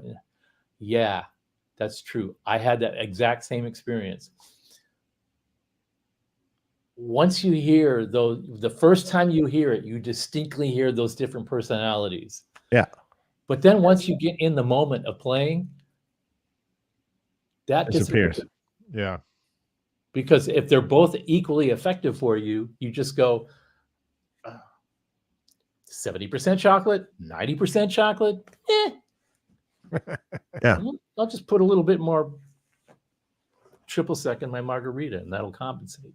You know, the other thing I love too is always when you do some sort of A/B comparison of anything, you can't have anyone looking at it. Yeah. Because their bias, like if you're comparing that high watt and that Marshall up there, right? They're going to be biased towards one of them. And well, it's got to be, you know, or your Fryette and the Marshall. It's just, it's got to be that one. That's the one. That's the Marshall, right? Yeah, that's it. You know, and it's like, well, no, actually, it was going to be a visual bias automatically. Yeah. It's going to. So what's the price going to be on that? And when are they going to be available? $199 and 2 weeks. $199. Wow. Yeah, that's a nice little. That's a good price. Cool little accessory box. Yeah, that's a great. That's a very nice price for. I wanted to do a little better, but I didn't. There was when we first built it, we did it with just a typical little flip-flop switching circuit. And just normal generic run-of-the-mill op amps just to get it up and running and working. And then when we build the second sample set, 3 or 4 pieces, I used OP8 2134. Well, yes. 60, Oh, 62.55. I can't think of the number right off the top of my head, but they're expensive.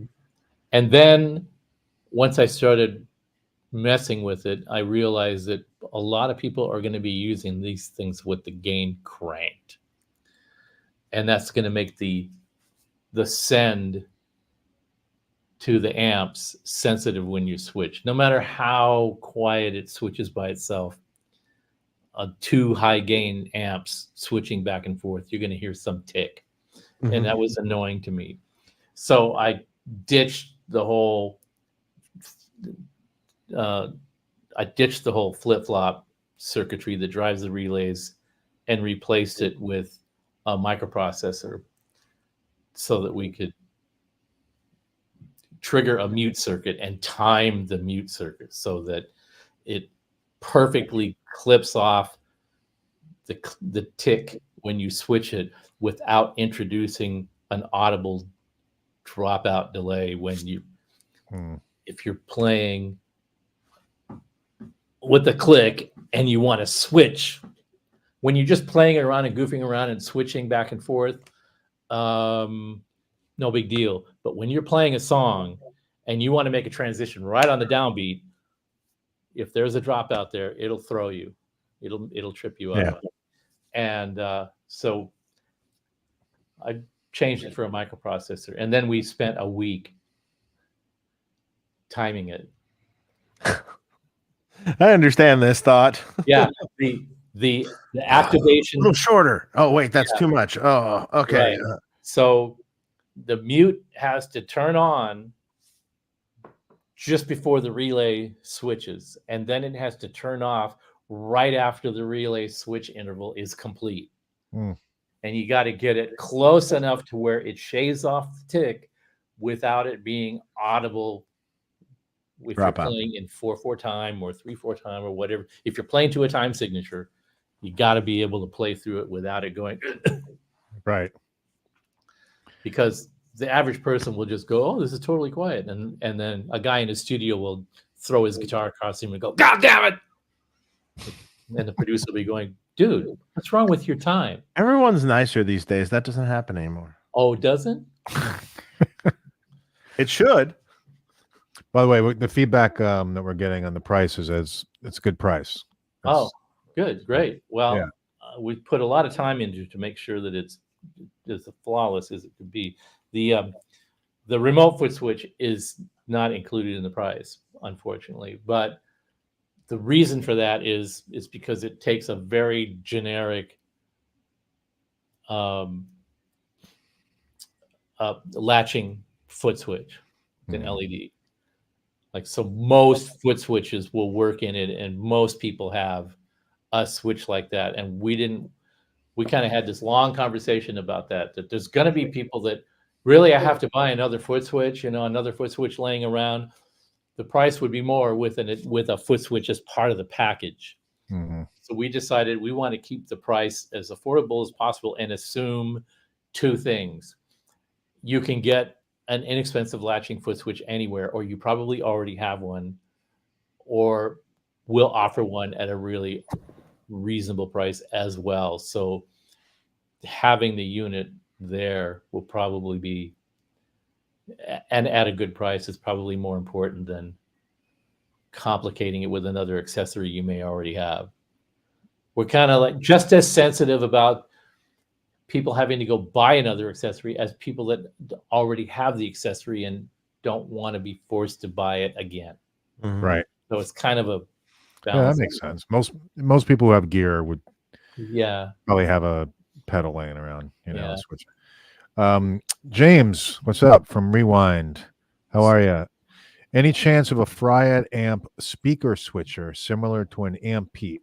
Would love to rock your spin on such a product. How do I answer that? Maybe it's we shall see. Yeah, I think that's going to be remain in the we shall see category, because we have been getting more into things like this solutions. Didn't put tons of attention on amplifiers for quite some time because the power station was taking up a lot of bandwidth in terms of not just producing them, because we're producing them like crazy, but supporting them and making refinements as we go along and trying to get everything else into production, dealing with the changes in the marketplace over the past 3 or 4 years. It was just easier to focus on problem solving for players and not focus so much on amplifiers. Plus, the previous location we were wasn't really that conducive to making the kind of amplifier gear that we wanted to make. So once we moved into the new place, we started putting our energy back into amps, and this is the first expression of that, getting that up and rolling and back out there. And there's another one coming along. Everybody knows that the Ultra Lead is coming back in the next couple of months, and so that's a big deal.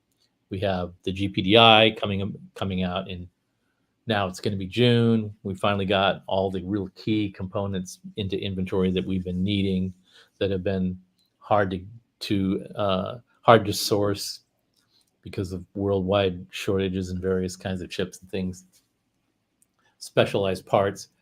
And so that falls under the category of tools and solutions that need further investigation, because nobody's really doing what I think is the next step of what needs to happen with those kinds of things. So we have an idea of a solution for that, and it's in the works, but I don't have any really thing else to say about that at the moment. We're going to concentrate on getting the D60 and the D120s out there, and the Cyclops, and get the GPDI done, get the Ultra Lead happening. And in between that, while we're waiting for prototypes to get completed, specialized parts to arrive, then we might go, hey, here's a little quick thing that we can do. I think I talked to you about the Cyclops before you released the IRX. I was thinking I was going to have it done by the time. No, it wasn't before.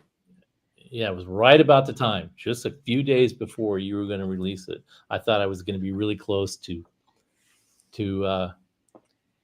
having that, to sending you to at least try. Maybe it was. Yeah, maybe it was. When is the Cyclops going to be available? If you already said, I'm sorry. A couple weeks. They'll be in stores in 2 weeks. Oh, well. Well, I want one. Or Mark. And it will be in stores because we sent out the advanced release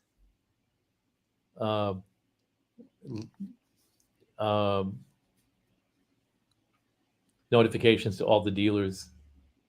Today is what, Friday? So yeah, Monday. We sent all the advanced release notifications to all the dealers on Monday. And by Wednesday, our entire first production was wiped out. Wow. That's awesome. We're like, we know half of those guys don't even know what it is yet, but they've wiped out our first production run. So it's going to be really interesting. Well, I'm sure. One guy thought, he says, "Oh, I've got this all figured out. I know what's in that little box." Great, tell me. Well, you've got two, get this, you've got two reactive loads like in the power station, and you're switching between them. I'm like, in there, in that little box? I'm like, yeah, close. You're very, very close. You're like almost hot enough to halfway melt an ice cube. That's how close you are. Porky Lowen. Hey, Steve, can you explain what the Dickies mod is?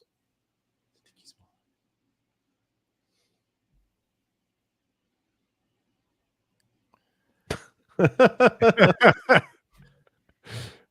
don't know. I can. I would rather that you. I think we discussed that in the video.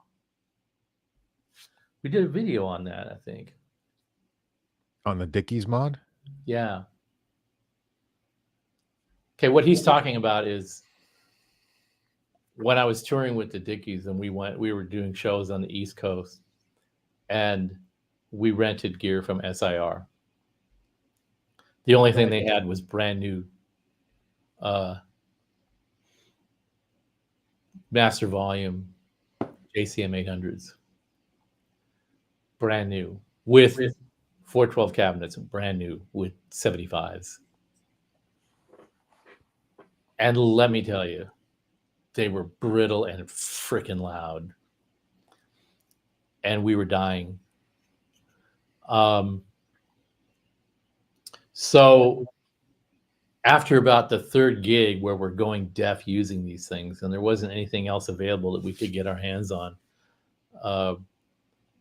we were on our way to Washington, D.C. to play the 930 Club. And as we pulled into town, we drove by a Radio Shack, and I told the driver to stop. And I ran into Radio Shack and bought some parts and got back in. And then we went to the club and did sound check. And while those guys all went out for lunch, I stayed at the club and opened up both the amps and did this little mod to give them some more gain.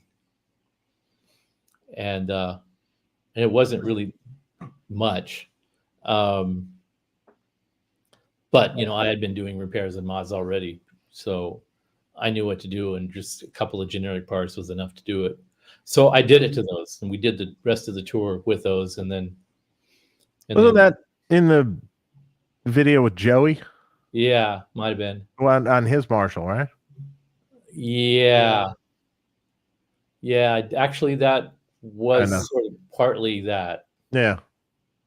It was that and one other thing. Plus, he had it worked on by Dumble, which was an interesting little twist. But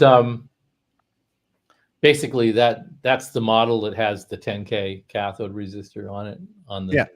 Right. So I just partially, instead of the 10K resistor, I put two resistors in series and partially bypassed one of them with a cap. And it upped the gain sufficiently so that it would actually not destroy your eyelids when you played high notes through it, and gave us enough of an overdrive sound to make it tolerable. And then we returned the amps that way. I didn't undo them before we left. Because there you go. They sound better than ever. Yeah. Because that was the punk rock thing to do. But GE 6550s. Yeah. Hey, make sure, guys, I'm going to do a little ad break here. Yeah. Guys, press subscribe and click the bell, everybody, all 373 of you, because more than likely half of you or more than half of you are not subscribed. So please. Ooh. Get out the ruler, Mr. Mary Gallagher. Smack in the hands. Yeah, come on, subscribe, click the bell, please. And then also check out Sweetwater in the link that we provide below. Anything that you purchase at Sweetwater, that's our affiliate link. We get a little kickback, same price to you, but it helps out our channel. And check out fixpedalboards.com. Tim over there and the whole crew for your pedal board upgrade needs. And then Thomann, please check out Thomann as well. We have a link below. All right. So in our description for all three of these guys, Fixed Pedal Boards, Sweetwater, and Thomann, you can click the link and check out their stuff. Okay. And I'm going to add something else. Friedman merch is now available. Ooh. So all you have to do is go to friedmanamplification.com. You'll see a little merch box. Click on it. It'll take you to a merch site where you can buy your hoodie or t-shirt or one of various styles of t-shirts or pint glass or mug or hats, all sorts of things. And speaking of that, we also have our own Tone Talk store. Merch and below in the video. Yep. So check those out. I'll be updating that at some point with Mario. Mario was in the chat earlier. Hey, Mario. We'll get to making better shirts and stuff like that also. That's be available. Oh, by the way, I just saw Rob Welch pop up, and he helped us source the button for the front of the Cyclops. So check out Tessie Switch for the bitchin' source for the kill switches. He's like the kill switch dude. Yeah. What's up, Rob? Rob's a good guy. I've known Rob for a long time. He found Okay. just the perfect nut to make the front panel assembly all go together really seamlessly. Oh wow. Perfect. A nut. Z Guitars account. Thanks for the super chat. So many guitarists out there are a bunch of neurotic tone freaks. Well, that's why we're here. They become hyper focused on everything else, but get this, being good players. When I finally reached the level in my playing I was happy with, nothing else mattered. Right on, Steve. Well, I don't know. I love gear. Yeah, I understand that. Yeah. Although I don't think that's always the case, though. I mean, I think people that are amazing players can still be complete tone freaks. Like Mike Landau, for one. Or Eddie Van Halen. I've seen him a lot recently, and man, he's just in experimental phase. Oh, really? I have never known him not to be in an experiment. It just likes stuff. Likes to try stuff. Oh, a couple of years ago, he's just like, okay, I need this and this and this and this. So I went, okay. And then, okay, perfect. This is all great, blah, blah, blah. And then a week later, he goes, yeah, I need to send a couple of things back, and I'm going to keep these things instead, and I need something else. I'm like, okay. Sure And, thing. he got an LX2 because he wanted to have a stereo wet dry wet rig that was portable, and he put it all together. And he goes, "This is great. It's lightweight." Blah blah blah blah. He got a little case for it, a 2-space, really nice 2-space case. I don't know if you classify that necessarily as lightweight, but okay. Yeah, that's true. Lighter than a 2150. But Yeah. he seemed to have like, yeah, this is working for me. And then a couple weeks later, he goes, yeah, I think I'm just going to do it with the power station instead. Can I? I don't think we had charged him for the amp yet. It was just like on a check it out, and if you like it, fine. If you don't like it. So he said, yeah, I don't think I'm going to keep the LX2. I'm going to bring it back. I don't have the original box, but I do have it in the case. You can keep the case. And I'm like, no, you keep the case. You might wish you had it for something. Nah. He returned it with this brand new 2-space rack case. He would not accept that I would take the case off and give it back to him. He's just like, nah, keep it for the. That's just the kind of person he is. Yeah. Totally. Just like, yeah, I'm not. That experiment is over, and all the pieces that go with it just. Yeah, I'm giving it back. that phase is done. I was just cleanse. That's funny. Z Guitar account. Thanks for the super chat. Harmonicaster. Leo Fender and Lawrence Hammond couldn't play their instruments. How important is being able to play to amp design? Also, to all celebrating Happy Passover. Yes, to everybody, Happy Passover. So not being able to play, was that a detriment? I don't know how that works. I started out playing drums. So did I, actually. Yeah, but I mean, I don't understand how you can design something and not play. That doesn't compute for me. Well, didn't Leo Fender start out as a radio repairman? Yeah.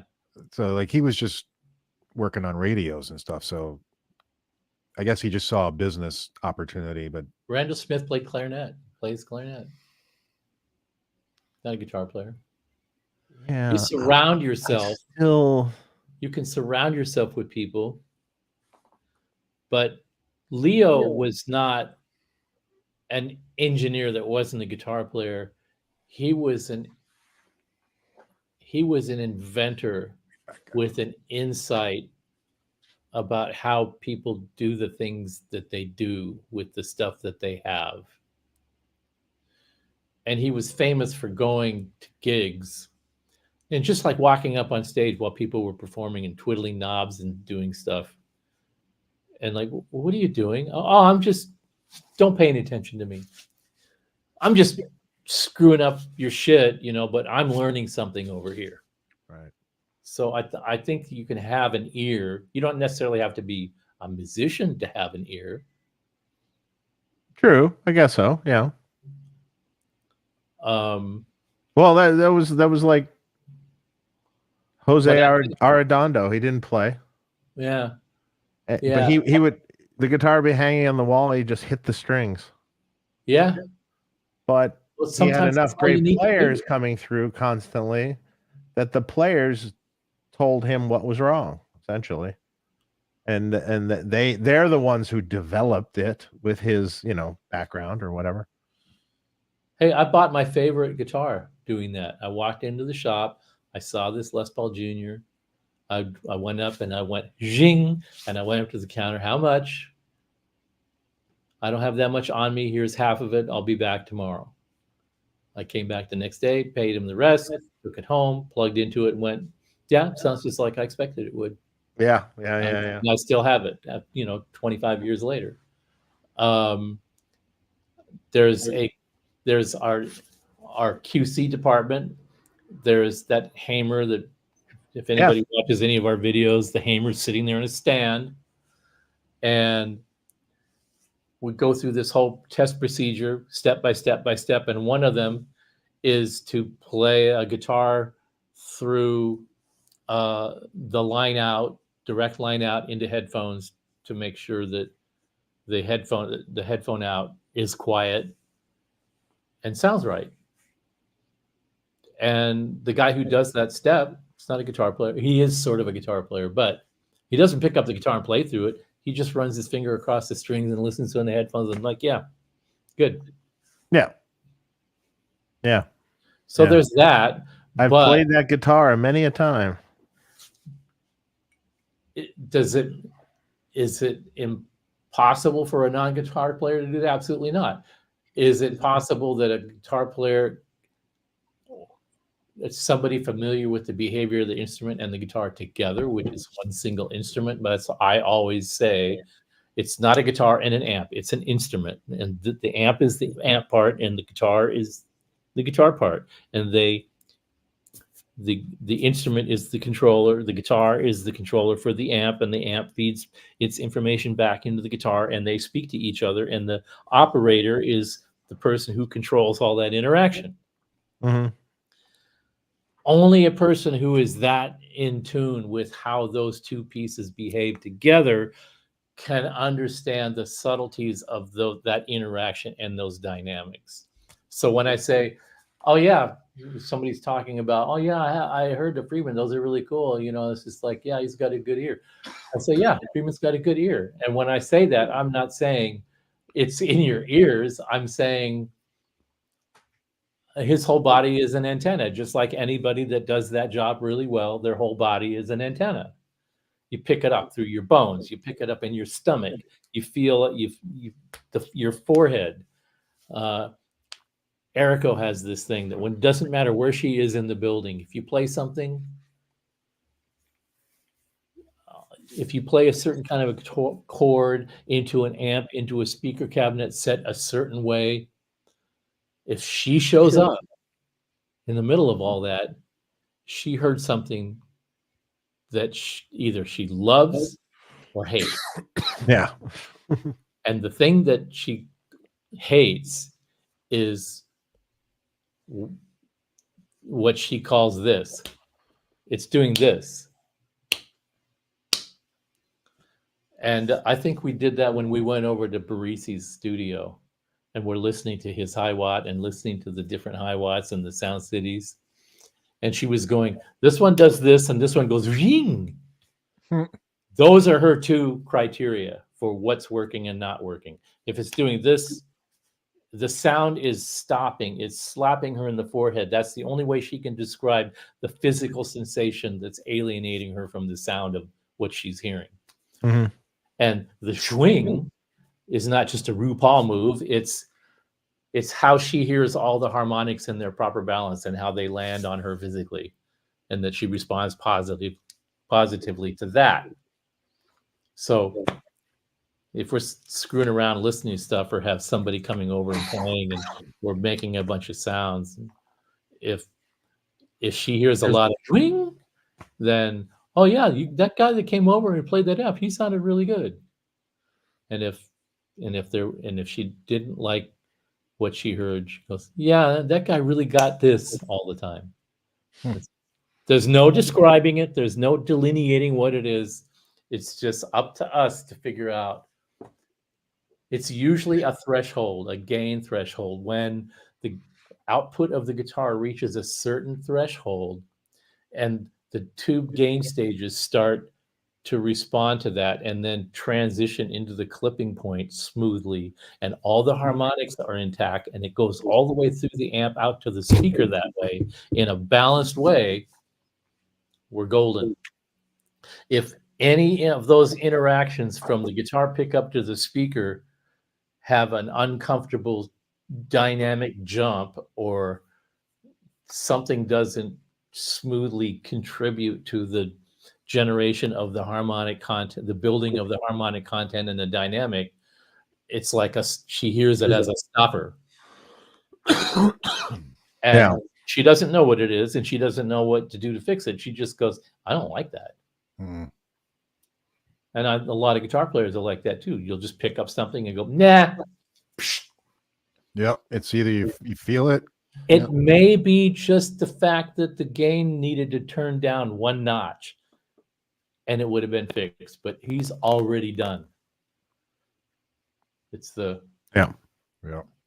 I heard you and I had this discussion about Landau, about stainless steel frets. He hates steel frets.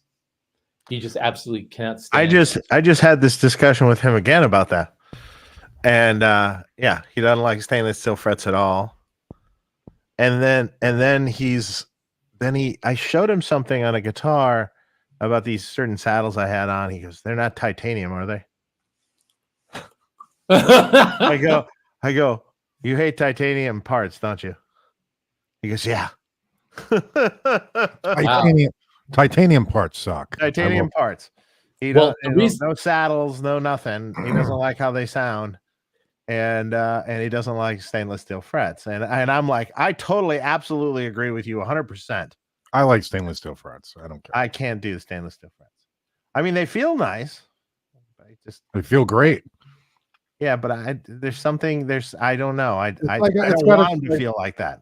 It's got a slight ping. I agree with you. I don't want them to feel that way. I want it to fight. I want it to fight against me a little bit. I've been playing around this. I just got this. This is a Nelson guitar, by the way. That sounded great, by the way. Yeah, it sounded great, didn't it? Yeah, it sounded good. Steel frets. I didn't know it. I was playing it, and I'm going, I've never played a guitar that's so easy to play with my regular 10 strings. You know, just the way it bends. It's so smooth and nice to play. It irritates me. And that's why I called you about it. Well, you want to know something funny? The funny thing about that, a good example is in the end of the video we just shot with Jordan Ziff, the song he composed. He has this little. He's bending the string, the one string, at the end, and it's kind of fading out, and he's bending one string. I swear to God, you can hear the string rubbing against the fret. Yeah.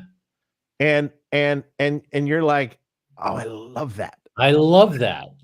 And you can even hear, like in the end of that song, you can hear the buzz from the pickups too, as it's ending and stuff, and the bending of the string. And I'm like, oh, I was gonna fade that at the end. I go, no, don't fade that. That's beautiful. I like the buzz at the end, and the little thing, and I'm like, no, don't do that. So we talked about that, and then I went back to Bruce. I'm going, there's something about the top end. I think that I got hung up on trying to hear this ping. So I didn't just ask you. I asked Tim Pierce. Mm-hmm.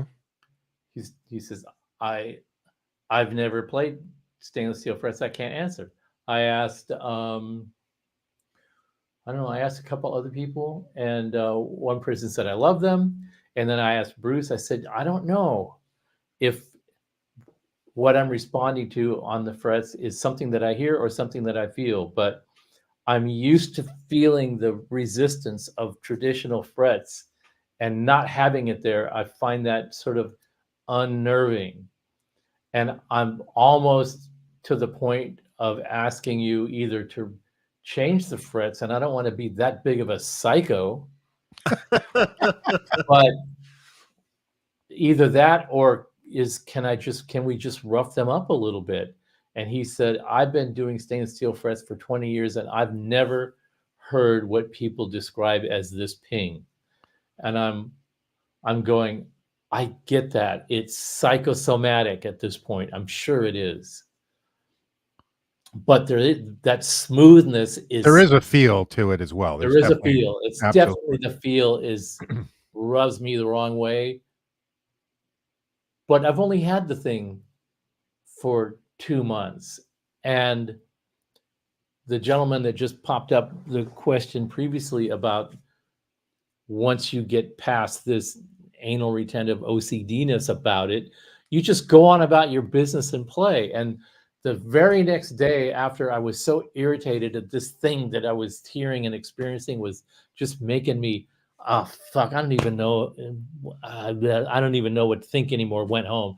The next day, I went and plugged in the same rig at the end of the day just to go unwind and goof off a little bit. And I had the most fun I've had playing a guitar in weeks. I was thrashing away on it, just as happy as a pig in shit. Same guitar, same frets, same rig. I was like going, what the hell was I thinking yesterday? Mm. And then I brought it here when I was getting ready to set up for the show. I was like, I wonder if that's going to translate across. That's part of the reason that I sort of pestered Mark a little bit. Can we go on a little early? And I want you to hear, and I need your feedback if you hear anything like poking out at you, over the stream. And he's like, well, sounds great to me. I don't hear anything. And I'm like, okay, we're good. Yeah. But Yeah, it sounded fine. that wasn't just 5 minutes. I spent a good 4 hours agonizing over that over the last 2 days if I was going to bring the Esquire and do that instead. But I thought it's such a beauty and it plays so nice and it's got this huge resonance like no other guitar I own in the low mids. It's just almost like an acoustic guitar. You feel it in your chest when you play a power chord. What's the brand? I wasn't familiar with it. Bruce Nelson. He's Dean DeLeo's guitar tech. He worked at Tom Anderson for like 20, 25 years. Mm-hmm. And he's got a take on luthiery that's different than everybody else. He's got an innate understanding of what makes a vintage guitar tick. Yeah, he's great. And make a new instrument of unusual materials behave like something out of a case from the 50s that's been sitting under a bed for a long time, and you pick it up and it just feels like so familiar. It's the craziest thing. And this and it was like the Henning video. He says, well, what do you want? I want you to build me a Nelson because I like every Nelson that you brought over to the shop on your, on his way, dropping off something for Dean to get worked on and then coming and picking it up. Oh yeah, here's something that I just finished for Dean, and play it and I go, and he did that to me like 4 or 5 times in a row where I would buy that guitar right off your hands right now if it was available to me. And well, I'll make you one. Tell me what you want. And I go, that's the bane of my existence. Do not say that to me. I guarantee you will make a guitar that I will make you ruin for me. I'll get in the way of the process. I thought why I like it is because it showed up here out of your hands into mine, and it was magic. I wouldn't ask anybody to try to replicate that 2 times, let alone 3. So don't even go there. But if you did, what would you like? I would like one pickup. I love my 58 Junior. I would like something like that with a humbucker so I don't ever have to worry about it humming. But outside of that, anything goes. And he makes bodies out of pine. And all I said was, as he's explaining to me his whole process about the woods that he chooses and how he treats them and how he assembles things and blah, blah, blah. And I just said, what would happen if you put maple on the top of that? And he goes, I don't know. I never tried it. He says, why? And I said, I don't know, just a thought. And then it was this sort of game of backing up around each other all the time. Well, if I was to do some kind of what kind of colors do you like? Do you like sunburst? Do you like, I like sunburst sometimes. And what, like a 58, like a 2-tone? Or I don't know. What kind of guitar colors do you like? Yeah, I like whatever color looks good on the guitar that I thought it looked good at the time that I saw it. He's trying to dig information out of me. I'm being as evasive as I possibly can because I don't want to get wrapped up in that thing of trying to direct him or anybody, because I'm so afraid that it's just going to be another failed experiment that I don't want to sacrifice the relationship. I don't want to get in the way of that process. I don't want anybody in the middle of my process when I'm in that headspace. I will vehemently block people from getting into that process. And I feel the same way. I don't want to get in the way of anybody else's process. If you did a magic act 3 times, if you can do it a 4th time, then I'll know that you really got it nailed. Well, this was a year ago. And then he started texting me little sort of kind of indistinct questions and sending me like pictures of guitar finishes and stuff. And, oh yeah, that's nice. That was the nature of the conversation over that period of time. Just not going to give him a fucking inch. And then he shows up one day with this. It looks killer. Oh, it's awesome. And we opened the case, and there was 3 people standing when we opened the case, and everybody, and you just went, whoa! And then picked it up and played it and went, whoa! Just like now 4 times in a row he's done this, where you just pick it up and go, oh man, it's so light, first of all. And then it just acoustically, it's like, how does a little thing like that make that big? Yeah. I pulled out my Strat. I pulled out my Gold Top. I pulled out my Junior, the Esquire. It's like in the mids and the low mids. None of those other guitars had this sort of density in that regard, like an acoustic. Okay, now you see you're making me want one now. Yeah, well, you do want one. So what are you going to do about the frets?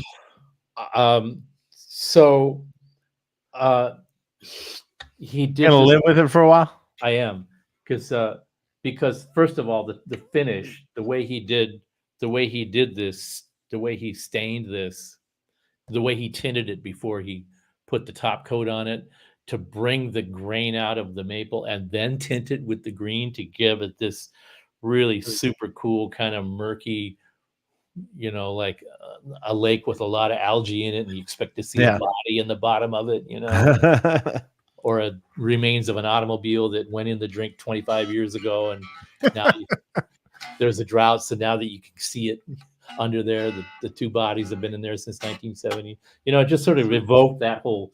I know that's bizarre, but it evoked that whole feeling when I saw it. I went, I totally feel that. I was totally thinking a 70s shag carpet when I was looking. Yeah. In a cool way. So get this, the way it looks, and you have a preconceived notion about how it must be built, and you would be entirely wrong. It's a pine, a roasted pine body, 2-piece body, with a book-matched, really nice 1/4-inch thick maple top, and a maple neck, a roasted maple neck. Yeah. And what does that sound like? Fuck if I know. Fuck if I know, but is that a rosewood board? I could bring this and my 55 Junior to a gig, and I could do the whole night with one. Yeah, it's really sharp. It's an amazing looking guitar. Yeah. And good. So far be it to me to vetch about the frets too much, because I don't even know if that's going to bother me anymore. And the more I play it, the more I get used to it, the more I stop thinking about it and just go. There you go. On its own merit. Yeah. Let's try another. For going to the store, picking up a guitar, going, I love this, I buy it, I take it home. First thing I do is I take the strings off, put the strings I like, screw around with the height and the intonation until it sucks, and then I hate the guitar. That's my MO. There you go. All right, Z's guitar account. Can we have a segment one day where Dave and Steve share stories of the most absurd question mod requests they've received from tone obsessed guitarists? I feel like Dave's got some good ones. Well, we'll have the segment right now, right here. You paid $20 for it. Oh, wait a minute. Absurd. That could be a long. That's a whole episode. That's a whole episode in itself. Well, could there be just one story where someone gave you a absurd request? I've got a bizarre, really out there story. All right, you go first. I can't remember a good one really off the top of my head right now. Okay, let me give you a twisted, Okay. bizarre one. Give a twisted, bizarre one. On the short scale, because there's a million Yeah, we got a lot of This will questions. be a short. million questions. This will be short. Okay. I'm at Music Tech. A customer walks in. He's got a twin. He's blind. He's really introverted. He took the bus to get to the shop. Mm. He brings a twin to the shop on a bus, rolls it in, and he wants it to be a 3-channel high gain amp. And he's very specific about every single thing that he wants done to it. And he's like hell bent on having it the way he wants it done. And so I thought, okay, this guy's got some obstacles in life. I'm going to just do my best to try to like smooth the way for him a little bit. So I worked on that thing really hard, and I spent a lot of time on it and listening to all his feedback and stuff. And I've got my test guitar, and we're like, and he's like, wow, yeah, you did a really good. This was like weeks, and like, yeah, I think we've got it. I think we've got it. And he takes it on the bus, goes home. An hour later, he calls me. He fucking hates it. Why? He says, I just, the distortion sounds horrible. There's everything is like blah, blah, blah, blah. And he's like really frustrated. And so I said, well, he says, I need to show you what it's doing. I said, okay, well, you're welcome to come by anytime. You just like, maybe you can get somebody to bring you down or something like that. I don't think he has anybody. He comes back in the bus. He comes back on the bus with his twin, and now he's got his guitar, and it's an Ernie Ball guitar with brass acoustic guitar strings on it. And I'm like, there's never going to be anything I can do to this amp to make it live happily with that guitar, with those strings on it. And he's, well, I spent a lot of money and time on this. It's like, you know how to do all this stuff. I said, I can't change the laws of physics. Sorry. And it took a while, but I had to go. I gave him a 50% discount back on it and just said, I'm sorry. Until you're ready to let go of brass acoustic strings on your electric. Brass acoustic strings on your electric. Jesus Christ. It was the most heinous thing. And I'm just like, wow, why is he so hung up on that? That was probably one of the weirdest, most inextricable things where I just felt like, why did it never occur to me to tell him to bring the guitar down in the first place and save us all a lot of angst and money? Well, that's a tough one to predict.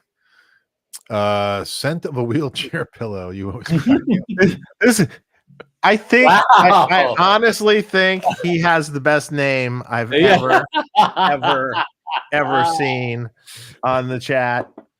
I mean, it's just the images of that are just like yeah, it really, yeah.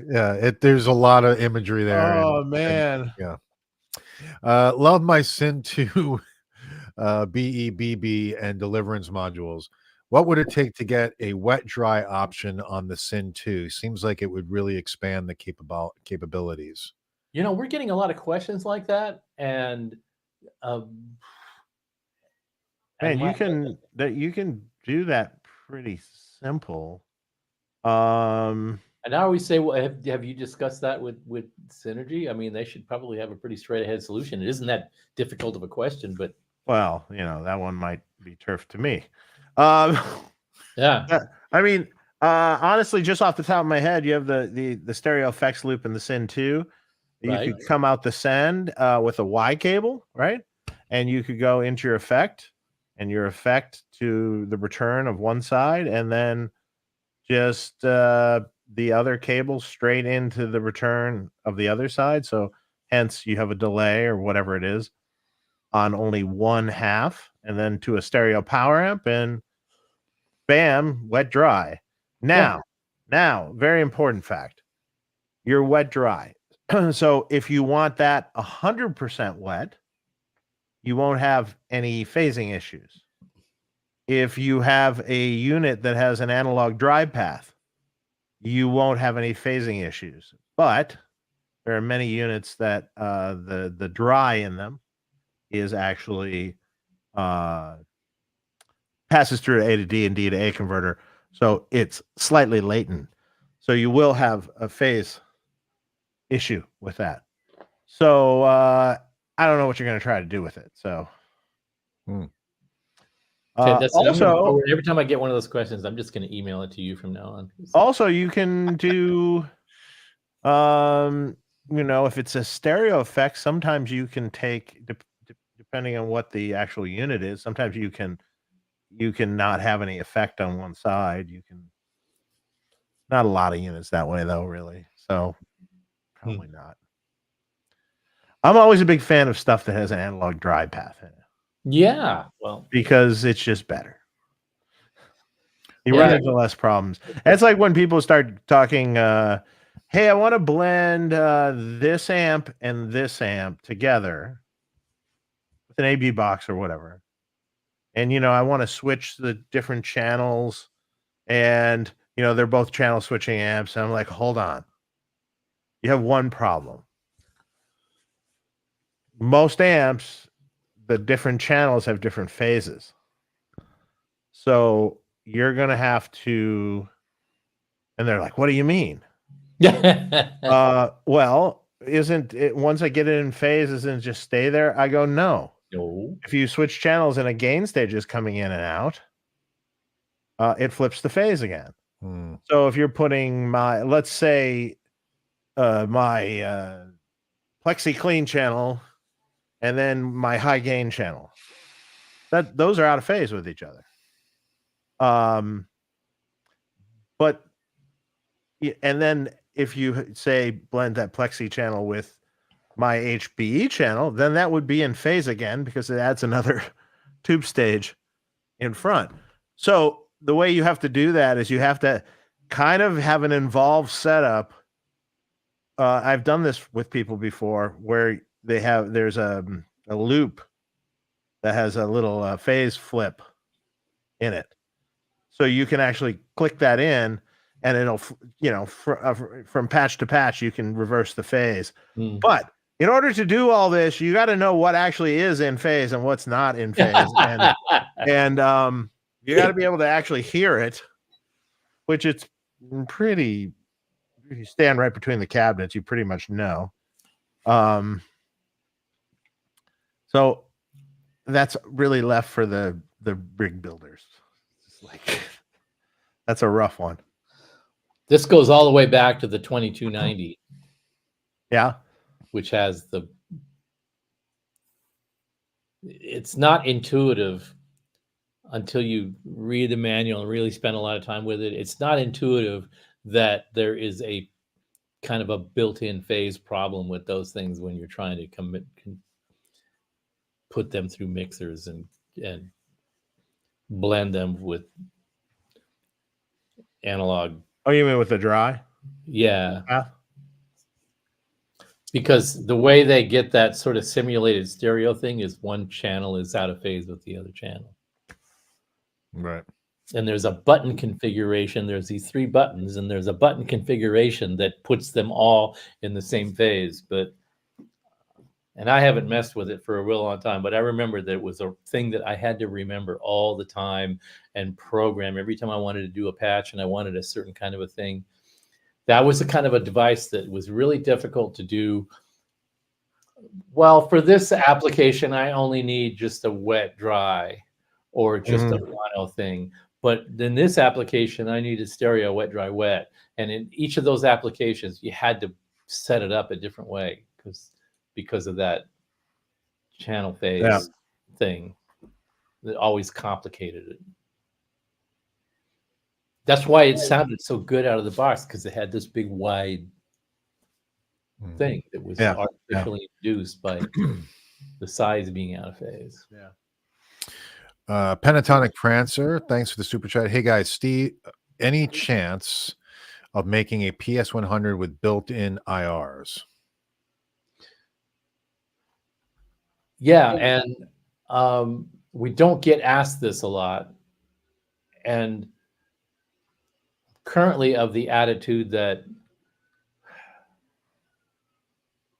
if we're going to do that, we always play this what if game. That if they're asking for that, what's the next thing? The next logical thing that they're going to ask for? Stereo. Huh? Stereo. Uh-huh. And then it's 4 spaces. Maybe not. it might be 2 spaces, it might be 3, but this is the same sort of dynamic that we went through when we in the early days with making an amp that had a broad feature set. It's like, wow, this is great, and it would be even better if it just had one additional thing that you didn't put in there, like we didn't think of that. Yeah. When you're designing an amp, you're thinking of all the possible things that you can do, and you develop a subset of those things that make logical sense for this particular model to exist.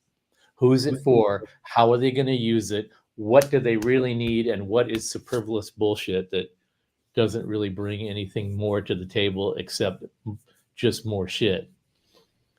And once you execute on that and put it out on the marketplace, then you get all the people that think that you didn't think about that in advance and made those decisions for a reason.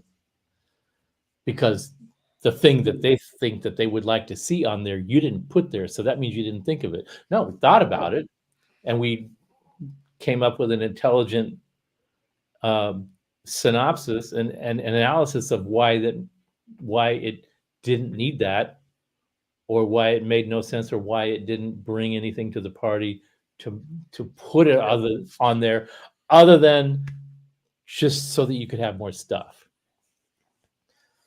And the analogy I use is like the Homer mobile. If you're familiar with the Homer, the Simpsons episode where Homer meets his long lost brother that he didn't know he had, who is the CEO of a car company, and he puts Homer in charge of the R&D department, the design department, and he makes the ultimate car called the Homer Oh, mobile. yeah. I remember this. Yeah. And it's got a blender in it and like big giant lights on the top. So if somebody has got their high beams at you, you've got 10 times as much high beam back at them, so you can blind them. And it's a station wagon, and it's just this ridiculous vehicle with all these features that nobody wanted. And of course, they produced the guy is so the long lost brother is so enamored that he's not alone in life anymore. He's got somebody to share his life with, that he gives Homer carte blanche to produce this stuff, and it breaks the company. Yeah. And okay, back to the power station. What features does it need? What does it not need? It doesn't need a built-in amp selector, but we get asked for that. Okay, so all it needs is 2 channels and an amp selector and IRs. Oh, and if it's going to have IRs and an amp selector, it should have a stereo effects loop. And if it's going to be stereo, then you need double the IRs. Right. And it just escalates to the point where, yeah, that would be a $4,500 product that nobody's going to want. Yeah. So then Where do let's you go stop? back. Let's go back and just say, for the sake of argument, that the gentleman was really only asking for just that one thing: putting IRs in a power station. Is there a logical need to do that? Okay, so the power station is going to go up in price to have an IR loader in there. We just don't want to put some generic IR loader in there. We want to make sure that the next generation of products that we make that are going to have IR loaders in it, the IR thing is going to have to evolve to go to the next step, be a little bit more sophisticated, have a, more functionality, improve sonic response, whatever it is, reduce latency, whatever it is, we're going to want to be doing that. And then what are your expectations about the IR loader? Already, This already, goes, yeah. it just goes on and on and Yeah. on and on. Here, But there you are want an IR already loader? so many good IR loaders out there Here, for at a reasonable price that you can have now. Why does it need to be in the power station? And by extension, we get the same kind of questions about why don't you put. There was a guy from Italy really vehement about the Ultra Lead should have a power station built in, and why haven't you done that already? Because probably most people that need a power station already have a power station, and now you'd be forcing them to buy another power station dedicated into that amp. It's so much more capable than being in a single amplifier, number one. And number two, it would 50% increase the price of the amplifier for no good reason. It would have 2 amplifiers in it now instead of 1. Mm-hmm. Weight. All the reasons that you wouldn't want to do that. When it really works better as individual components, just like the TVs of the 80s that had a CD a VCR player built in and an AM FM radio built in and blah blah blah. And after 2 years, broke. Everything is broken in it except the TV part, and you throw it away because the TV may still work, but it's not a very good TV, and all the other stuff that went with it was broken, so it's not worth anything. It's just landfill. Those become landfill products really quickly because you try to jam too many things into a single box. Now, this rig here, what I'm really proud of is on the power station, I'm using, with the exception of the XLR output on the back, I'm using every single jack and hole in this thing right now. Well, I can address this IR loader here with this setup, right? Right. So you could potentially use the in and send of the IRX, and then you could take your line out, right? That's not used yet, right? The line out used? Like you would go to your DAW? Well, the XLR line out is available. Okay. Well, you could take the XLR line out as with a special cable and go into the return of the IRX and then use the balanced out of the IRX as your IR loader and go to front of house. Voila. There's your except how do I get the IRX back into the well, you already have it in the Cyclops with the send in and send. You're just using the I don't know how you figure this shit out. I swear to God, I have no idea how you figure. Like you're just like I was just so when I put it all together, I just went, except for the XLR, I used every single jack on the back of this thing, and I just marveled that when I put all this together, a normal person could actually do this and have fun all day long playing around with this stuff and actually have a really functional rig. But it's a crazy amount of stuff. I've got an amp, a power station, the Cyclops, the IRX, 3 foot switches. One is switching the power station. One of them is switching the Deliverance, and the single button is switching the Cyclops. And then it's all going out into the power load, which is the power station feeding another reactive load that's feeding its IR loader and going into my interface on my laptop, which is what's sending the whole shoot and match to the stream. And I was just thrilled that I could put all this stuff together.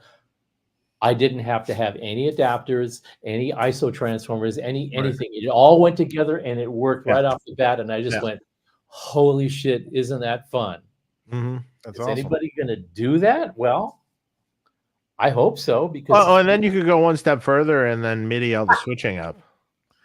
and what MIDI all the switching MIDI up. this yeah, that would be the only thing next is like it could be all consolidated, and then it could be a rig that you could take somewhere. Yeah. But I don't really think There you go. You can add that to the power station. Can you make it MIDI? Yeah. See, I understand the motivation. Let's say that could be really cool. Now think about that for a second. No, I don't want to You think about You it. could make it MIDI, and then it could do the channel switching. It could do the loop switching, and you could make the bypass switchable maybe too. Okay. You know what I See, mean? Yeah. So It is so doable IRs, technically. no IRs in the power station. But put MIDI in it. Is that what you're saying?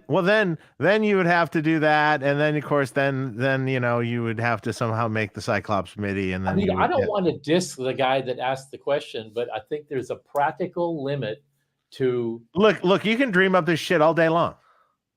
I mean, you can, yeah. I'll do that and do that and do that. But yes, there's a practical limit and a price limit to what someone's going to pay for a product. and history. And yes, is you can do littered- anything, but $10,000 isn't good. History is littered with companies that engineered themselves out of existence by trying to answer all these That's true. requests. Perfect example.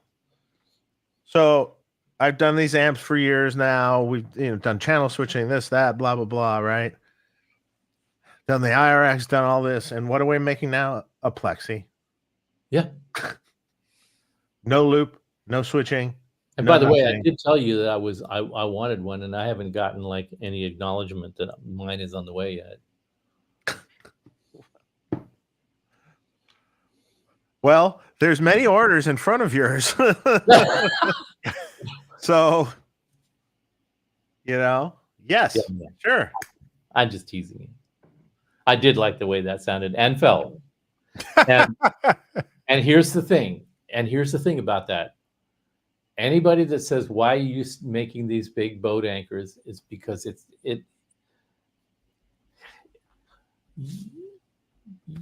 people buy modelers and use these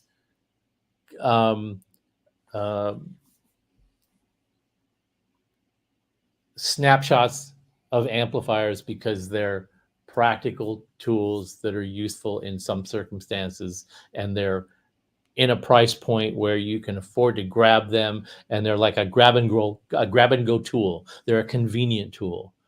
There's all kinds of workflow environments where those tools are useful and essential. But playing through a real tube amplifier that can really growl and really thump and really give you back a sensation that you fed into it and it comes back out to you, only a tube amplifier with some cojones in it does that.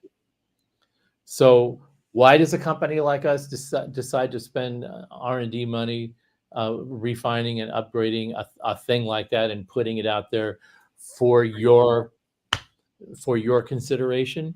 Because it does have a reason to exist, and everything that we do has a reason to exist. We ask ourselves, is there a reason for us to be spending our time and energy and budget money pursuing this?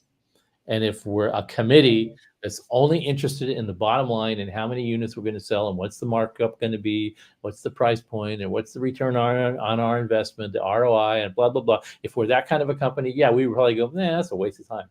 But that's not what we're about. We're about the playing experience. We're all about the captivating the player and getting them to go, I'm not just buying gear so that I can sound like Eddie, or I can sound like Lukather, or I can sound like this guy or that guy, or I'm a walking, talking karaoke machine guitar player. I'm somebody that enjoys music, and I want the full enjoyment of playing an electric guitar into an amplifier because I get joy and excitement and satisfaction out of that, and that's its reason to exist. Whether you're a home player or you play just a local club a couple of nights a week, or you're a full-blown touring guy, that dynamic is the same. Plugging into it and going, yeah, yeah, I felt that all the way through here. Yep. That's its reasons to exist. That's what if we're going back and focusing our energy and our R&D budget on stuff like this, it's because we think that it is part of our company's mantra to do. And then from that, once we reestablish that and settle on what we're calling the thing that we do, that we think that we do better than everybody else, Dave Freeman's thing that he does better than anybody else, notwithstanding, then once we have reestablished that, then we can consider condensing it down into smaller packages that are accessible to more people. Great, and we can do that, but it has to start from somewhere. It has to start from a point where this is the thing, this is the desirable thing, and then a more affordable subset of that desirable thing can be available, can be produced afterwards. But it has to be established and engraved in stone first, that this is the thing that we're all about. And once the players and the general public understand what that is, then we have a path forward to do more things and expand on that. And expanding on that is what we're about. I'm trying to jam a blender and a bottle opener into an existing product. There's no motivation to do that when we're looking at it from the consumer's perspective.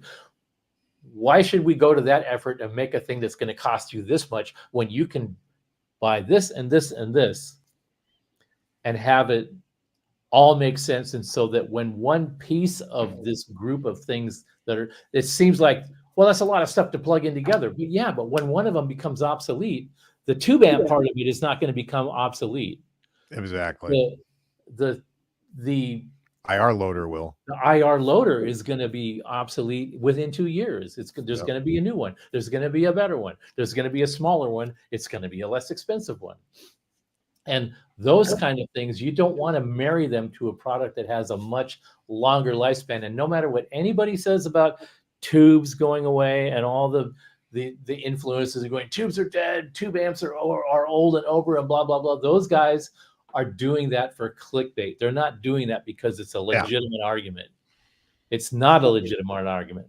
Tube amplifiers, I started doing this in 76, 77, repairing, modifying stuff like that as a job. And in 79, Mesa, Marshall, everybody was taught, Fender, they were all talking about the end of tubes. They were all hiring people. Rivera called me when he went to work at Fender. Rivera called me when he went to work at Fender and said, we've got a job opening here. You want it? What am I going to be doing? Designing solid state amplifiers. Why would I do that? He goes, Steve, isn't solid state the future of guitar amplifiers? I said, I don't think so. Not enough to want to go pretend that I want to work at Fender and design stuff like that and be happy about it. I'm happy. I'm going to go to New York for 2 weeks and play punk rock and throw my body into audiences and just get drunk every night. And that's what I would rather be doing than making solid state guitar amplifiers. Thanks for the referral. And all those companies were starting to experiment with solid state stuff, and the companies that actually committed to it, there's some that went out of business right quick. And so this has been going on as long as we have been doing this. This Chicken Little mentality about tubes and tube amplifiers. And it's going to continue to go on. And while all that's going on, we're going to continue to be banging these things out because it's possible to do it. And I'm going to keep doing it as long as it's possible to do it. Well, there's an audience who wants to buy it. That's right. Next question. Scent of a wheelchair pillow. Thanks for the send. Sorry. Every time you say it, it makes me laugh. Every time. I don't think it'll ever get old to me. No, it's a good one. It is so fucking wrong. I love it. Yeah, it is gnarly. It's gnarly. Yeah. Steve, is it possible for, and we were talking about this earlier, buddy, is it possible for a PS2 to attenuate itself with my Synergy module so I can get bedroom level overdriven power tubes, or do I need another amp? There's a video on this that they've done. And Yeah, that's called, just Google Fryette self-attenuation mode. There you go. Done. Next question. Do it. Next. Mr. Woodchuck. Mr. Fryette, was there still going to be a new version of the Pitbull Ultra Lead, or will the current version be available to be purchased again at some point? New version coming up. Hang on to your hats. It's going to be awesome. Cool. You said That's a few all I'm gonna months? tell you. That's all I'm going to tell you. Oh, okay. I won't say a word. Awesome. All right, it's coming. Get your EQs going. YMESY, whatever. Thanks for the super chat. I seem to really love amps without NFB loops. Can you guys explain how and why that changes the sound? Seems more dynamic, more cutting. What's NFB loops? I'm sorry. Negative Flip you for it, feedback. Dave. Oh, I'll flip you for it. You go. More dynamic. Well, you know, no negative feedback. It's going to be louder. It's going to be brighter. It's going to be probably distort sooner. Mm-hmm. All of the above, which is maybe what you like. How it's going to feel different. Mm-hmm. For sure. There is something kind of cool about negative feedback. It has a certain feel to it. See, that's what I like about you, Dave, is you look at an answer, you look at a question like that and you answer it on its face value. Yes.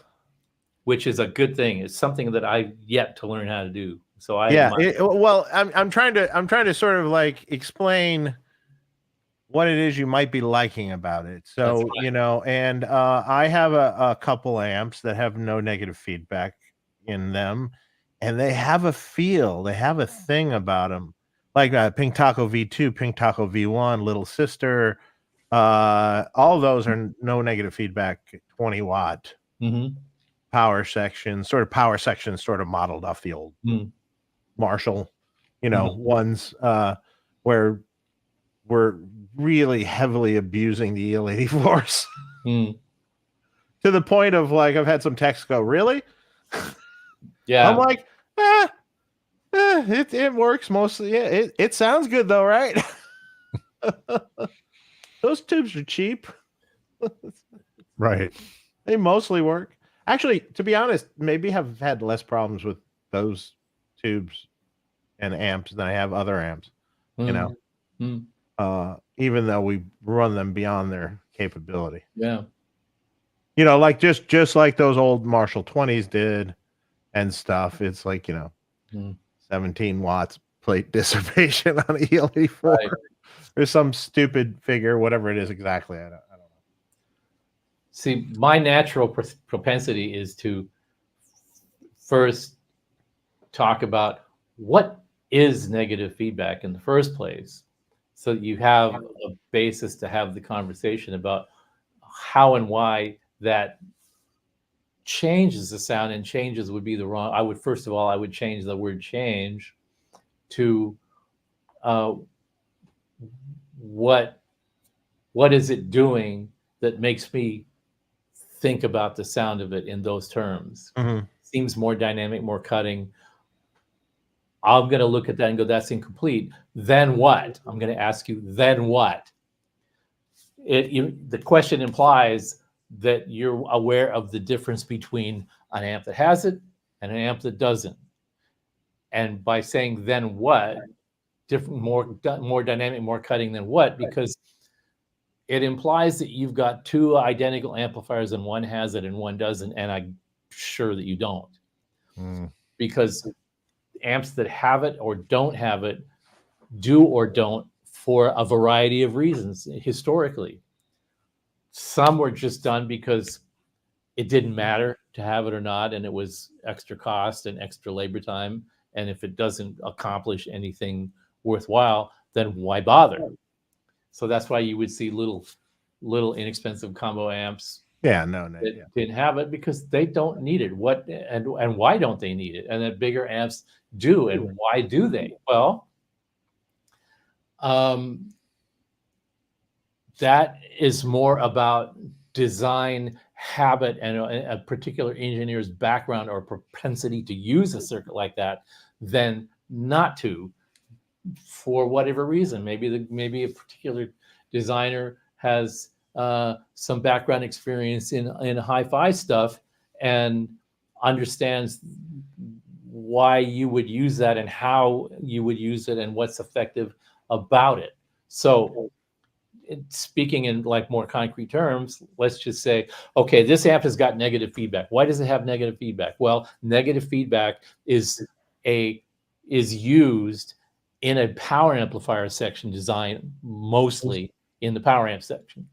Its purpose is to fix errors in the components in the circuit that have deficiencies that you want to correct. Why do you want to correct a deficiency in a part in an amplifier? Why don't you just use one that doesn't have that deficiency?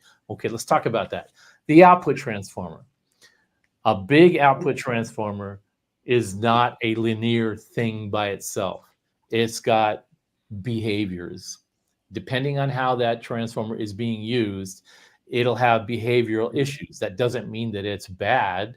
It just means that the amount of time and effort and engineering money that you want to spend on perfecting it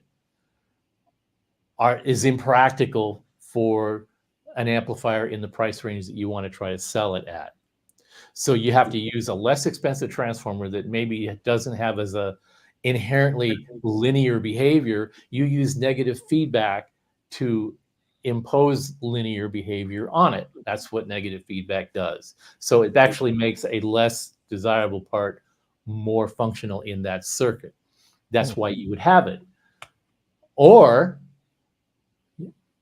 you don't give a shit about how linear the output transformer sounds. You just want to make an amplifier and put it in the marketplace, and hey, it just sounds fine for playing ED and A chords and bashing away on it. Who gives a crap if it's linear? And if it's not linear, then there's gonna be more personality coming out of the output transformer in that amplifier design, and you're gonna like that. It's maybe some more of the mid-range is going to come out, more of the top end is going to be apparent. The low end is going to be maybe rolled off a little faster, but that's okay, because when it starts saturating, it just goes back to that thing of taking a little amp and beating it up and bullying it and kicking the shit out of it because it's fun. It's exciting and it sounds good on tape, and that's the characteristic of that. It was designed that way, knowing that it was within a particular kind of a budget, it's a particular kind of thing, or in the area that it was designed, negative feedback wasn't really a thing that you applied to a lower end of product like that. It was only used by like real design engineers that actually calculated things and measured things with distortion analyzers and went, oh, look, there's a little ring there. We need to get rid of that. There's an engineering frenzy that can take place that still goes on in hi-fi audio stuff, where negative feedback is only good if it's done a certain way and not too much of it. And then engineers come up with, well, we're not using global negative feedback in the circuit. We're only using small amounts of local feedback in 3 different places in the circuit. So they can say, yeah, we don't use that old, guerrilla tactic of putting global negative feedback around the entire amplifier section. We just put a little bit at the end, a little bit in the middle, and a little bit in the front of 3 different sections of the power amp design, and call that local feedback so that it's not global. So that makes us superior persons because we're not using that blunt force global negative feedback. And this is where it just goes off the rails, and it has absolutely nothing to do with why you like an amplifier or not. You like this amplifier because you like it, and it just so happens it doesn't have negative feedback. Mm-hmm. Great. That's why you love it. This amplifier, I love it for this reason. So it's articulate, it's tighter, it's got a bottom end characteristic that I like, and it's quieter because negative feedback actually reduces the noise of an open loop amplifier. It reduces the gain a little bit, so the power amp section actually has the same amount of gain, but it's less noise. So there's that. And there are practical reasons to use it, but it doesn't necessarily mean you have to use it, and it doesn't mean it's better or worse. It just means that thing is cool. Oh, it just happens to have no negative feedback. That thing is cool. It just happens to have negative feedback, and not a lot of it. What you generally don't see in a guitar amp is an amplifier that has excessive negative feedback. And when you get to the point where you have that, then you start getting an amplifier that feels stiff and sterile, and it's unfun to play. Mm-hmm. So there are all these levels to that. And that's why your answer was way better than mine, because you just the very surface of the conversation, which is, yeah, it works great in some things, and Sure. those things that it works great in, everybody knows that that's the thing that has that. Mm-hmm. Next super chat. Thanks again. Has anyone experimented with adding a cascaded front end to a Vox or super reverb? All the clarity and gain, less compression. Isn't that what a dumble is? Well, kind of. Well, cascaded. All right. Cascading is a misnomer. It's a misuse of a term that some of the dumble crowd use. Cascaded gain stages. Well, all gain stages are cascaded.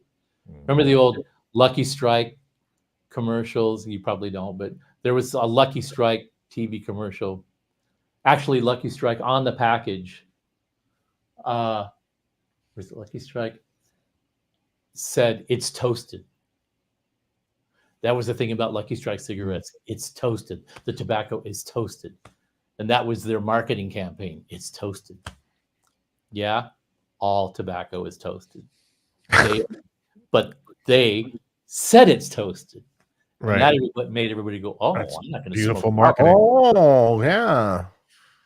Great marketing. Like someone asked me a question the other day about cryogenic tubes.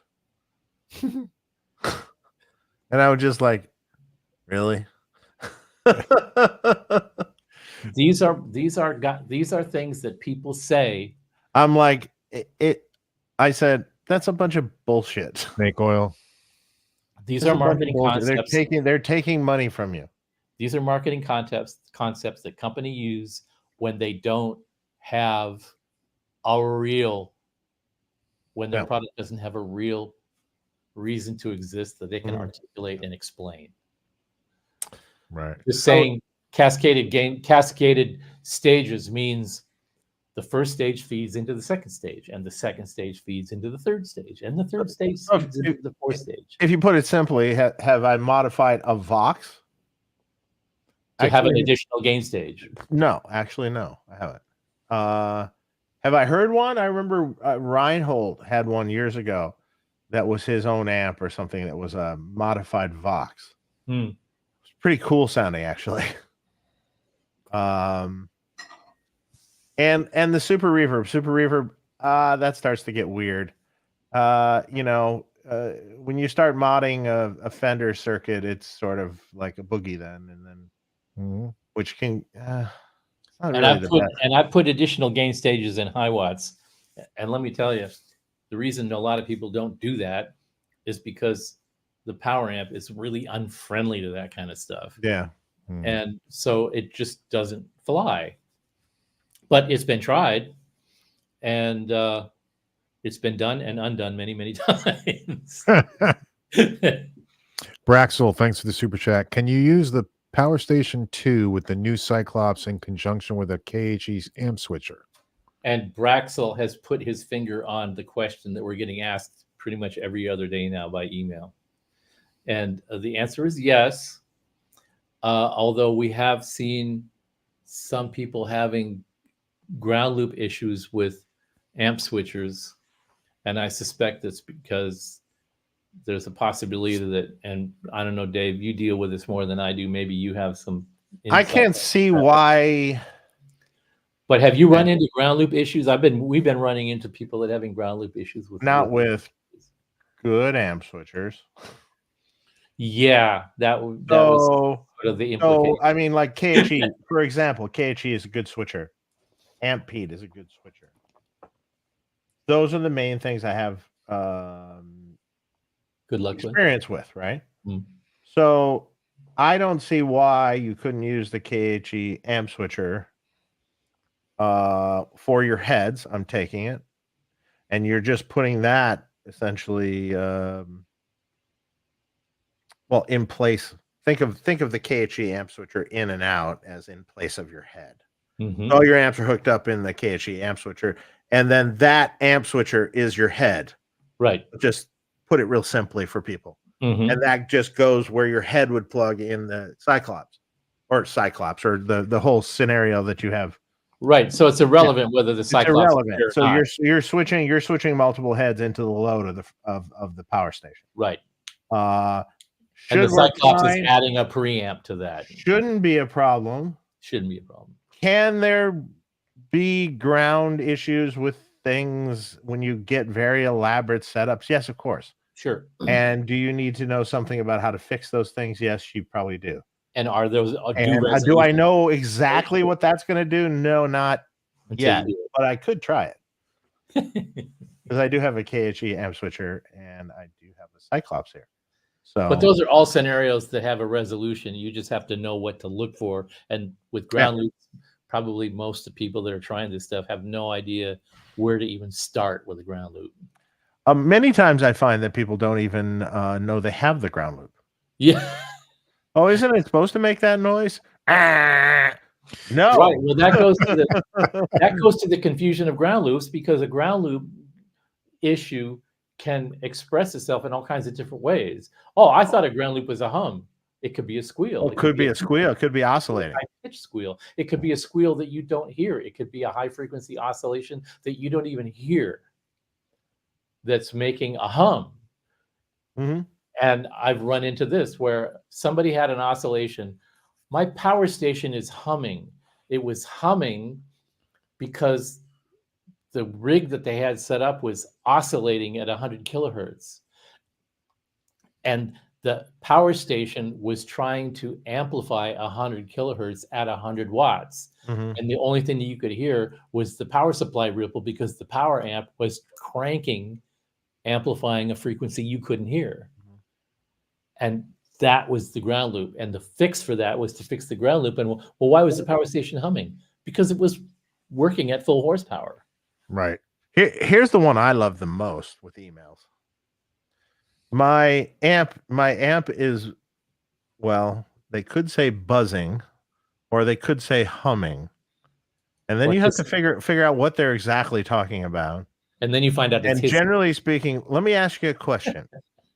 If you unplug the guitar from the amp and the amp is just on and you have nothing in the loop, nothing anywhere, amp is just on to the cabinet, what is it doing then?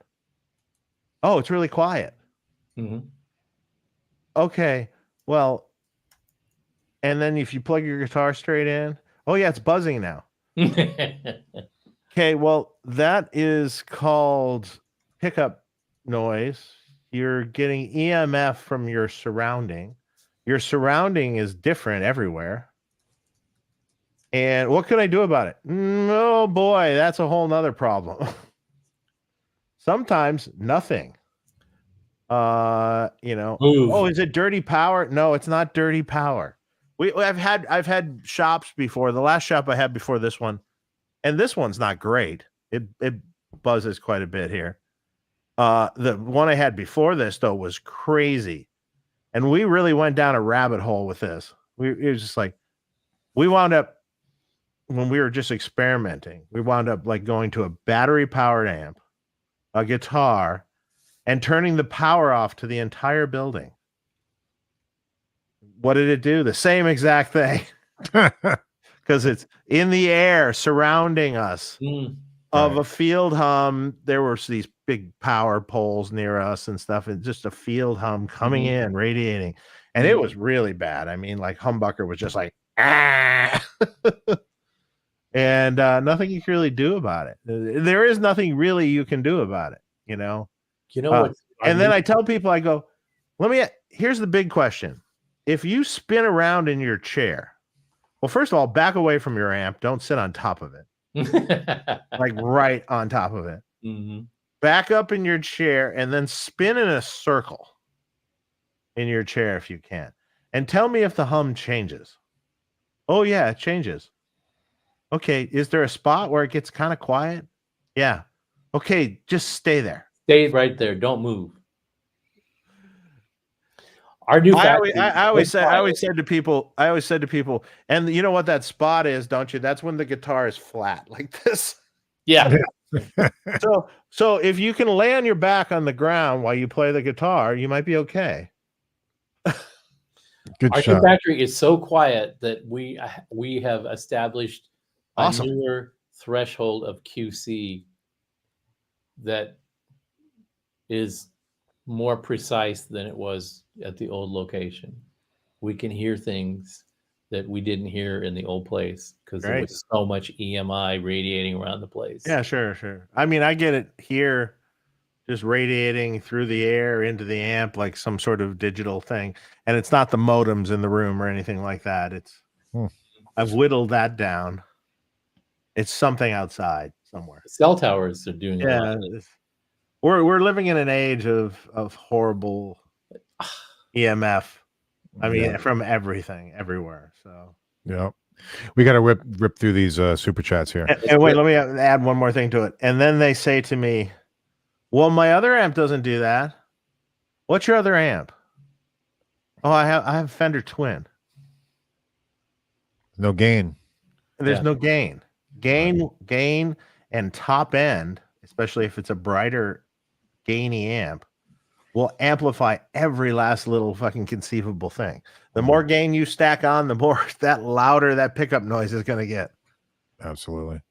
Bruno Cavera, just want to say thank you, Mr. Fryette, for creating Deliverance. That thing is truly an inspiration. I own 2006 D60 and love it to death.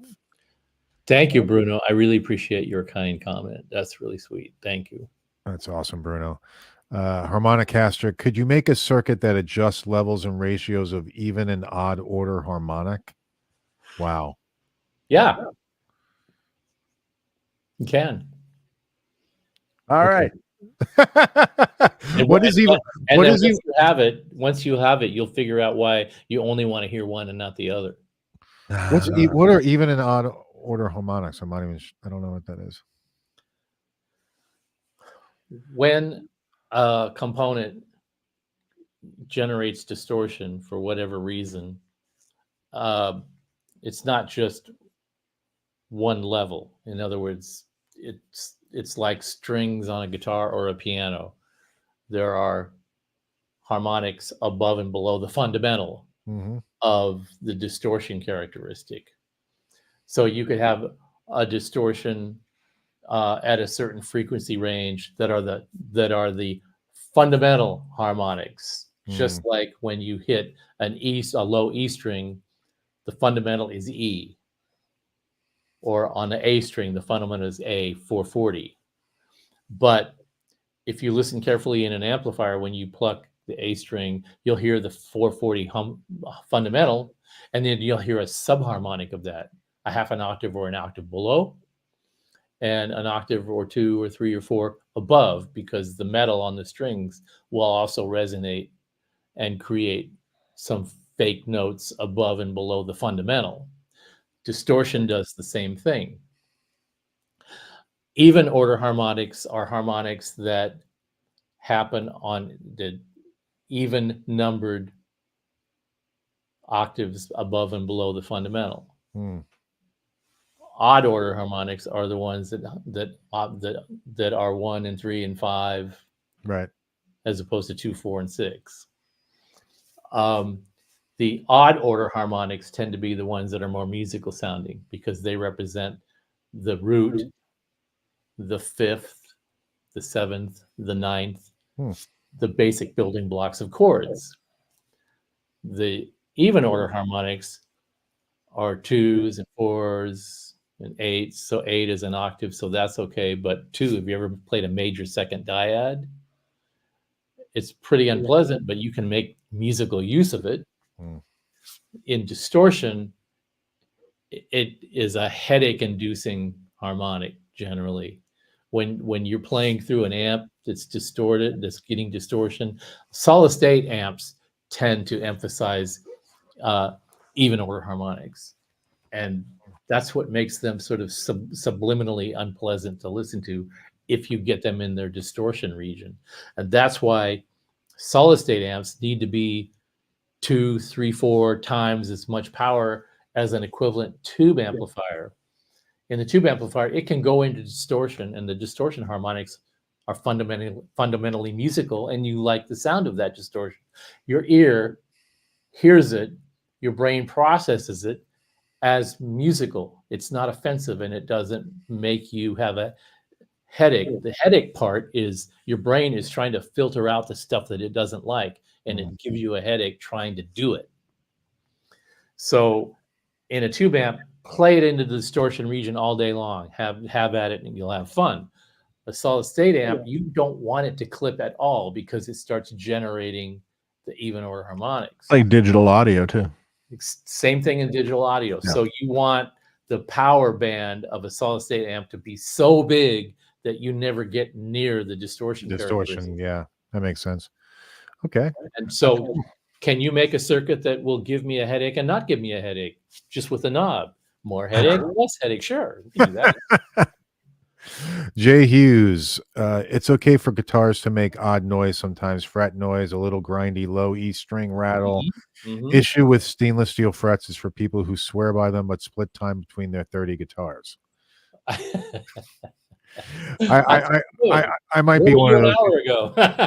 Yeah, I'm probably one of those people. But I will say though, I don't know what it is with me, but I tend to eat up nickel frets. Like, I don't know. Like I always, even like a new guitar, within like a month or two, it's already got dings in it from like in the second fret where I'm like, I don't know. I've always got some kind of wear on my frets. So that's just me. Simon Hosford. What's up, Simon? Hey, Simon. Man. How are you? Simon's an awesome player. Lives in Australia. Good to hear from you. Big EVH fan also. Hi, Mark, Dave, and Steve. Great show. No questions, so I'll donate my super chat to someone else in the chat. Looking forward to plugging into the Plex and Deliverance 2 Plus when they arrive down under. Awesome. Awesome, man. Yes, thank you. Thank you. N4P226R. What's up? That's a random one. It's like Ibanez model numbers. Yeah. Right? That's funny. Can we mount a power station in a 1x12 combo? I'd love to have the option to sit on an amp or preamp on top of a small grab and go combo. That is a good idea. Can it be done? It sure could. Sure. I can't see why not. Just a little rack space. It goes bloop right in. And it's a little combo. Actually, kind of a cool idea. That's easy. We kicked it around a little bit, and that conversation begat this conversation, which is this rack box, mount. Yeah, that sits on top of a cabinet. Yeah, and the idea there was it's got nice looking vinyl and it matches our cab, so when you sit it on it, and then you can put a preamp on top, and it looks cool on stage. Yeah, and my first inclination in putting the power station in a grab and go combo is it becomes a little less grab and go because it's heavier, and the power station is a tool that you use with lots of different kinds of amplifiers. So, over the years, lots of companies have come up with a slave 112. Mesa tried it, Hiwatt tried it, Sound City tried it. So many companies have done this thing with an extension cab that's got power in it, so you can play stereo or double the power of your amp without buying the whole preamp and blah blah blah. Well, a newsflash: the power amp is the thing that costs all the money in an amplifier, and the preamp not so much. So you don't really benefit so much by having a slave power amp in a cab, and the proof of that is all of the slave 112s that made it to the landfill, because Yeah. they're just not that practical. A power station in a thing like that becomes more practical because you can plug any preamp into it.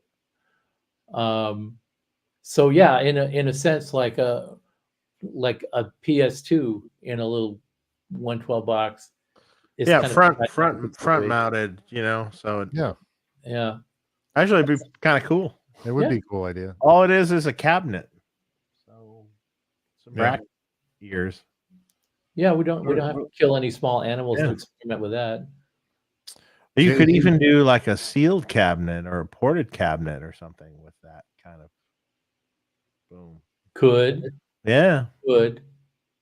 The problem I have generally with trying to make a little cabinet that's sealed, that has a chassis in it, is it gets more bracing in order to accomplish both those things. And in the process, the cab gets stiffer and doesn't breathe as well, doesn't sound as resonant. Yeah, I'm just thinking if you're thinking of 112, you know, you just put the little thing at the top and it's just an added bit of wood. Anyway, whatever. Should have told the unhappy customer you couldn't see the problem. Oh, Ouch. that's brutal. Man after my own heart. We got sent a wheelchair back. Yes. Dave, thanks, Wheelchair pillow. thanks for the wet dry suggestion. But could that allow me to use both modules in the Syn 2 at the same time? No, not at the same time. Really?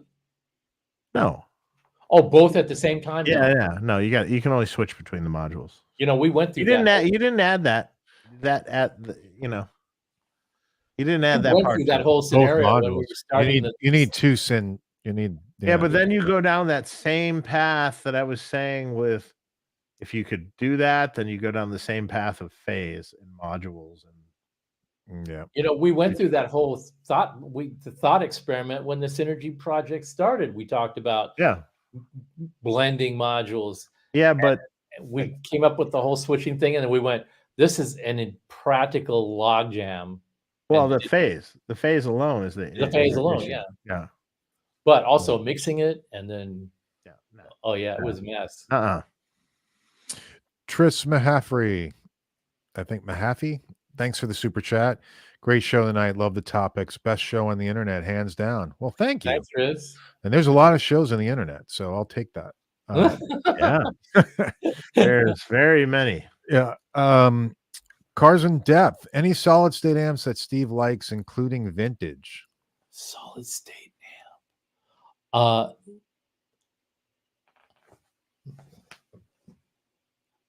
Okay. Yes, but with qualifications. Why did I like it? I was 19. This was in Seattle. Drinking age is 21. I was in a band that played at the Sandpoint Naval Air Base, or the Sandpoint Naval Base, which is down on Lake Washington.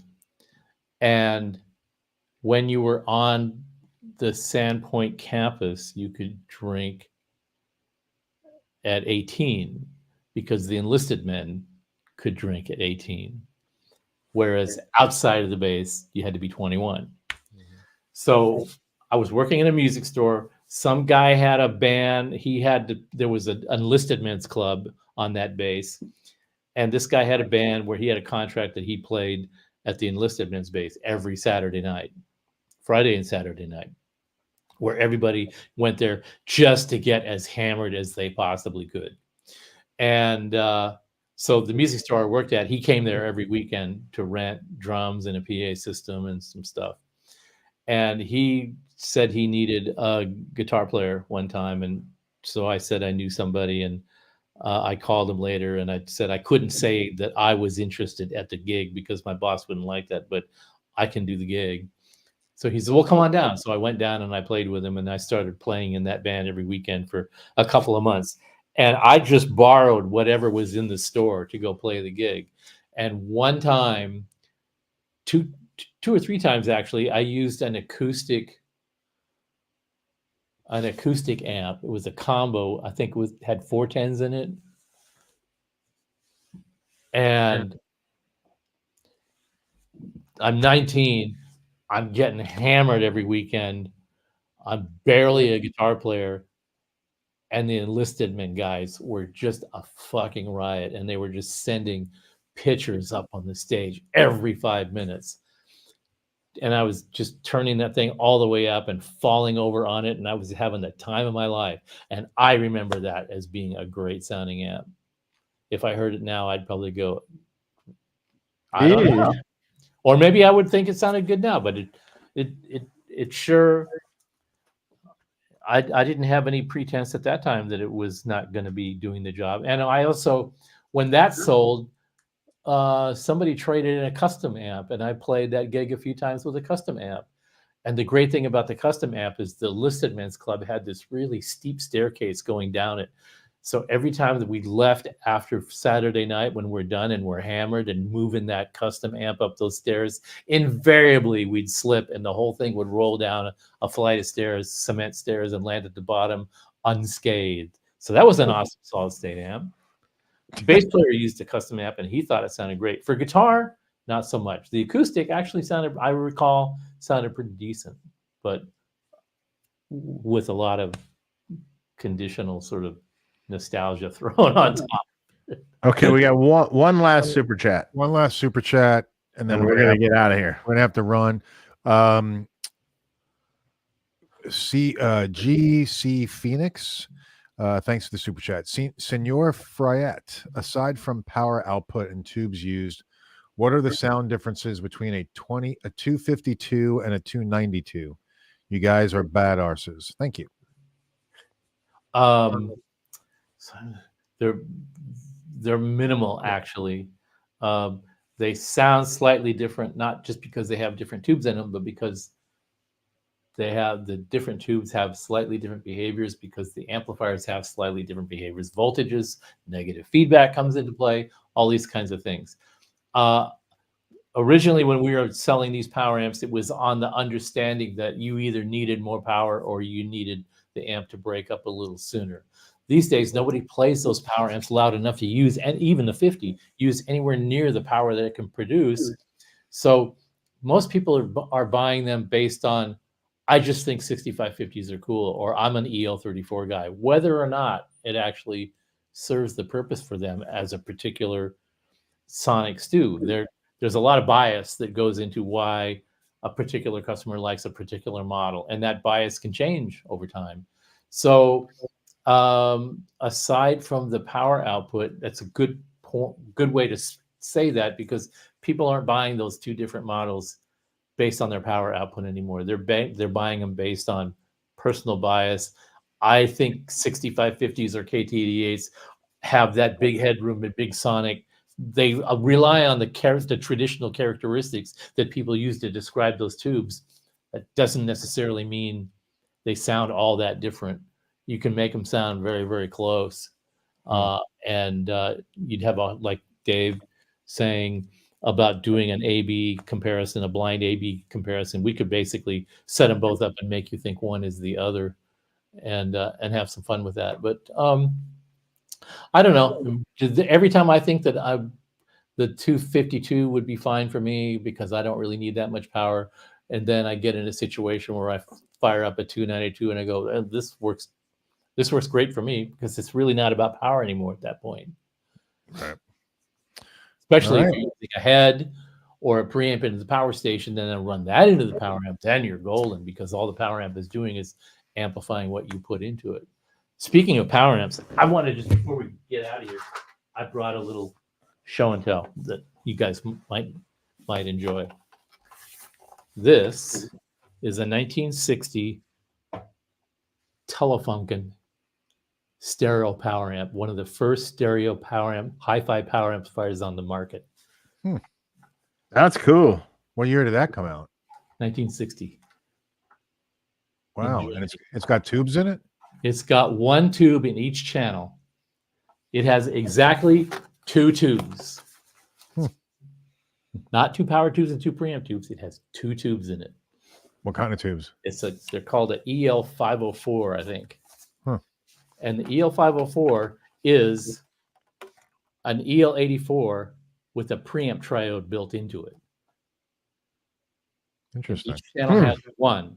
So the power tube part of the tube is operating single-ended on each channel. The triode part of the tube is acting as the gain stage for that power tube. So it's a single tube. It's a very compact.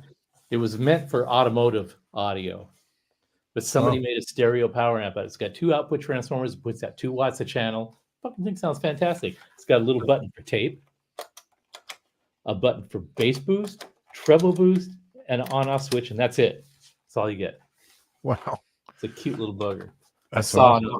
I awesome. saw it on Reverb, and I told a friend about it in Germany, and he says, "Oh, that's way too much money." He found me one for $150, and it's in super clean condition. But I just love old power amps, and when I saw that, I went, "Oh God, I gotta have that." That's cool. Yeah, that's cool. That's super cool. Very And he cool. got it so cheap because it didn't work. Well, Right. there you go. And you fixed it. It had the original fuse inside, and the fuse had nickel plating on the ends of the fuse. Corroded. Fuse holder was copper, so the nickel and copper combined together to form an insulating layer around the ends of the fuse, and that's why it didn't work. It insulated itself from any current flowing through the fuse. So all I had to do to fix it is take the fuse out, clean the contacts on the fuse holder, and put the fuse back in, and it worked. Sweet. Awesome. Beautiful. Hey guys, make sure you check out the new Fryette Deliverance 2 Plus. That's in stores right now, as well as the Cyclops coming soon from Fryette. That's coming out in a couple weeks. That'll be $199. And then also the Ultra Lead is coming out soon as well. So, And if I can just jump in, Yeah. on May 5th, Cinco de Mayo, the Malcontents comes back with awesome. with Joe Campbell, and we're gonna have some fun new stuff to talk about. So that'll be back. Yeah. Awesome. Cinco de Mayo. We are actually coming back on Mayo the 3rd. Trace Mayo. We will be with Andy Sneap next week. Producer Andy Sneap. He's cool. Yeah. He's going to be on. Yeah. So It'll be fun. We're psyched to have him on. I'll be putting the promo up either tonight or tomorrow morning. I'm definitely going to watch that. I might even jump in on that one. Cool. Please do. Well, Steve, thanks so much, man, for coming on. Thank you guys for having me on. And everyone that we didn't get to in the regular comments, I'm sorry. Yeah, very sorry. And Randall Aiken was in here. Hi, Randall. Oh, I saw Michael Nielsen. I saw a bunch of people. So there's a bunch of people we didn't quite get to. So sorry. Just lots of interest and chats tonight. So guys, have a great weekend. And Steve, just hang on while we say goodbye. And everybody take care.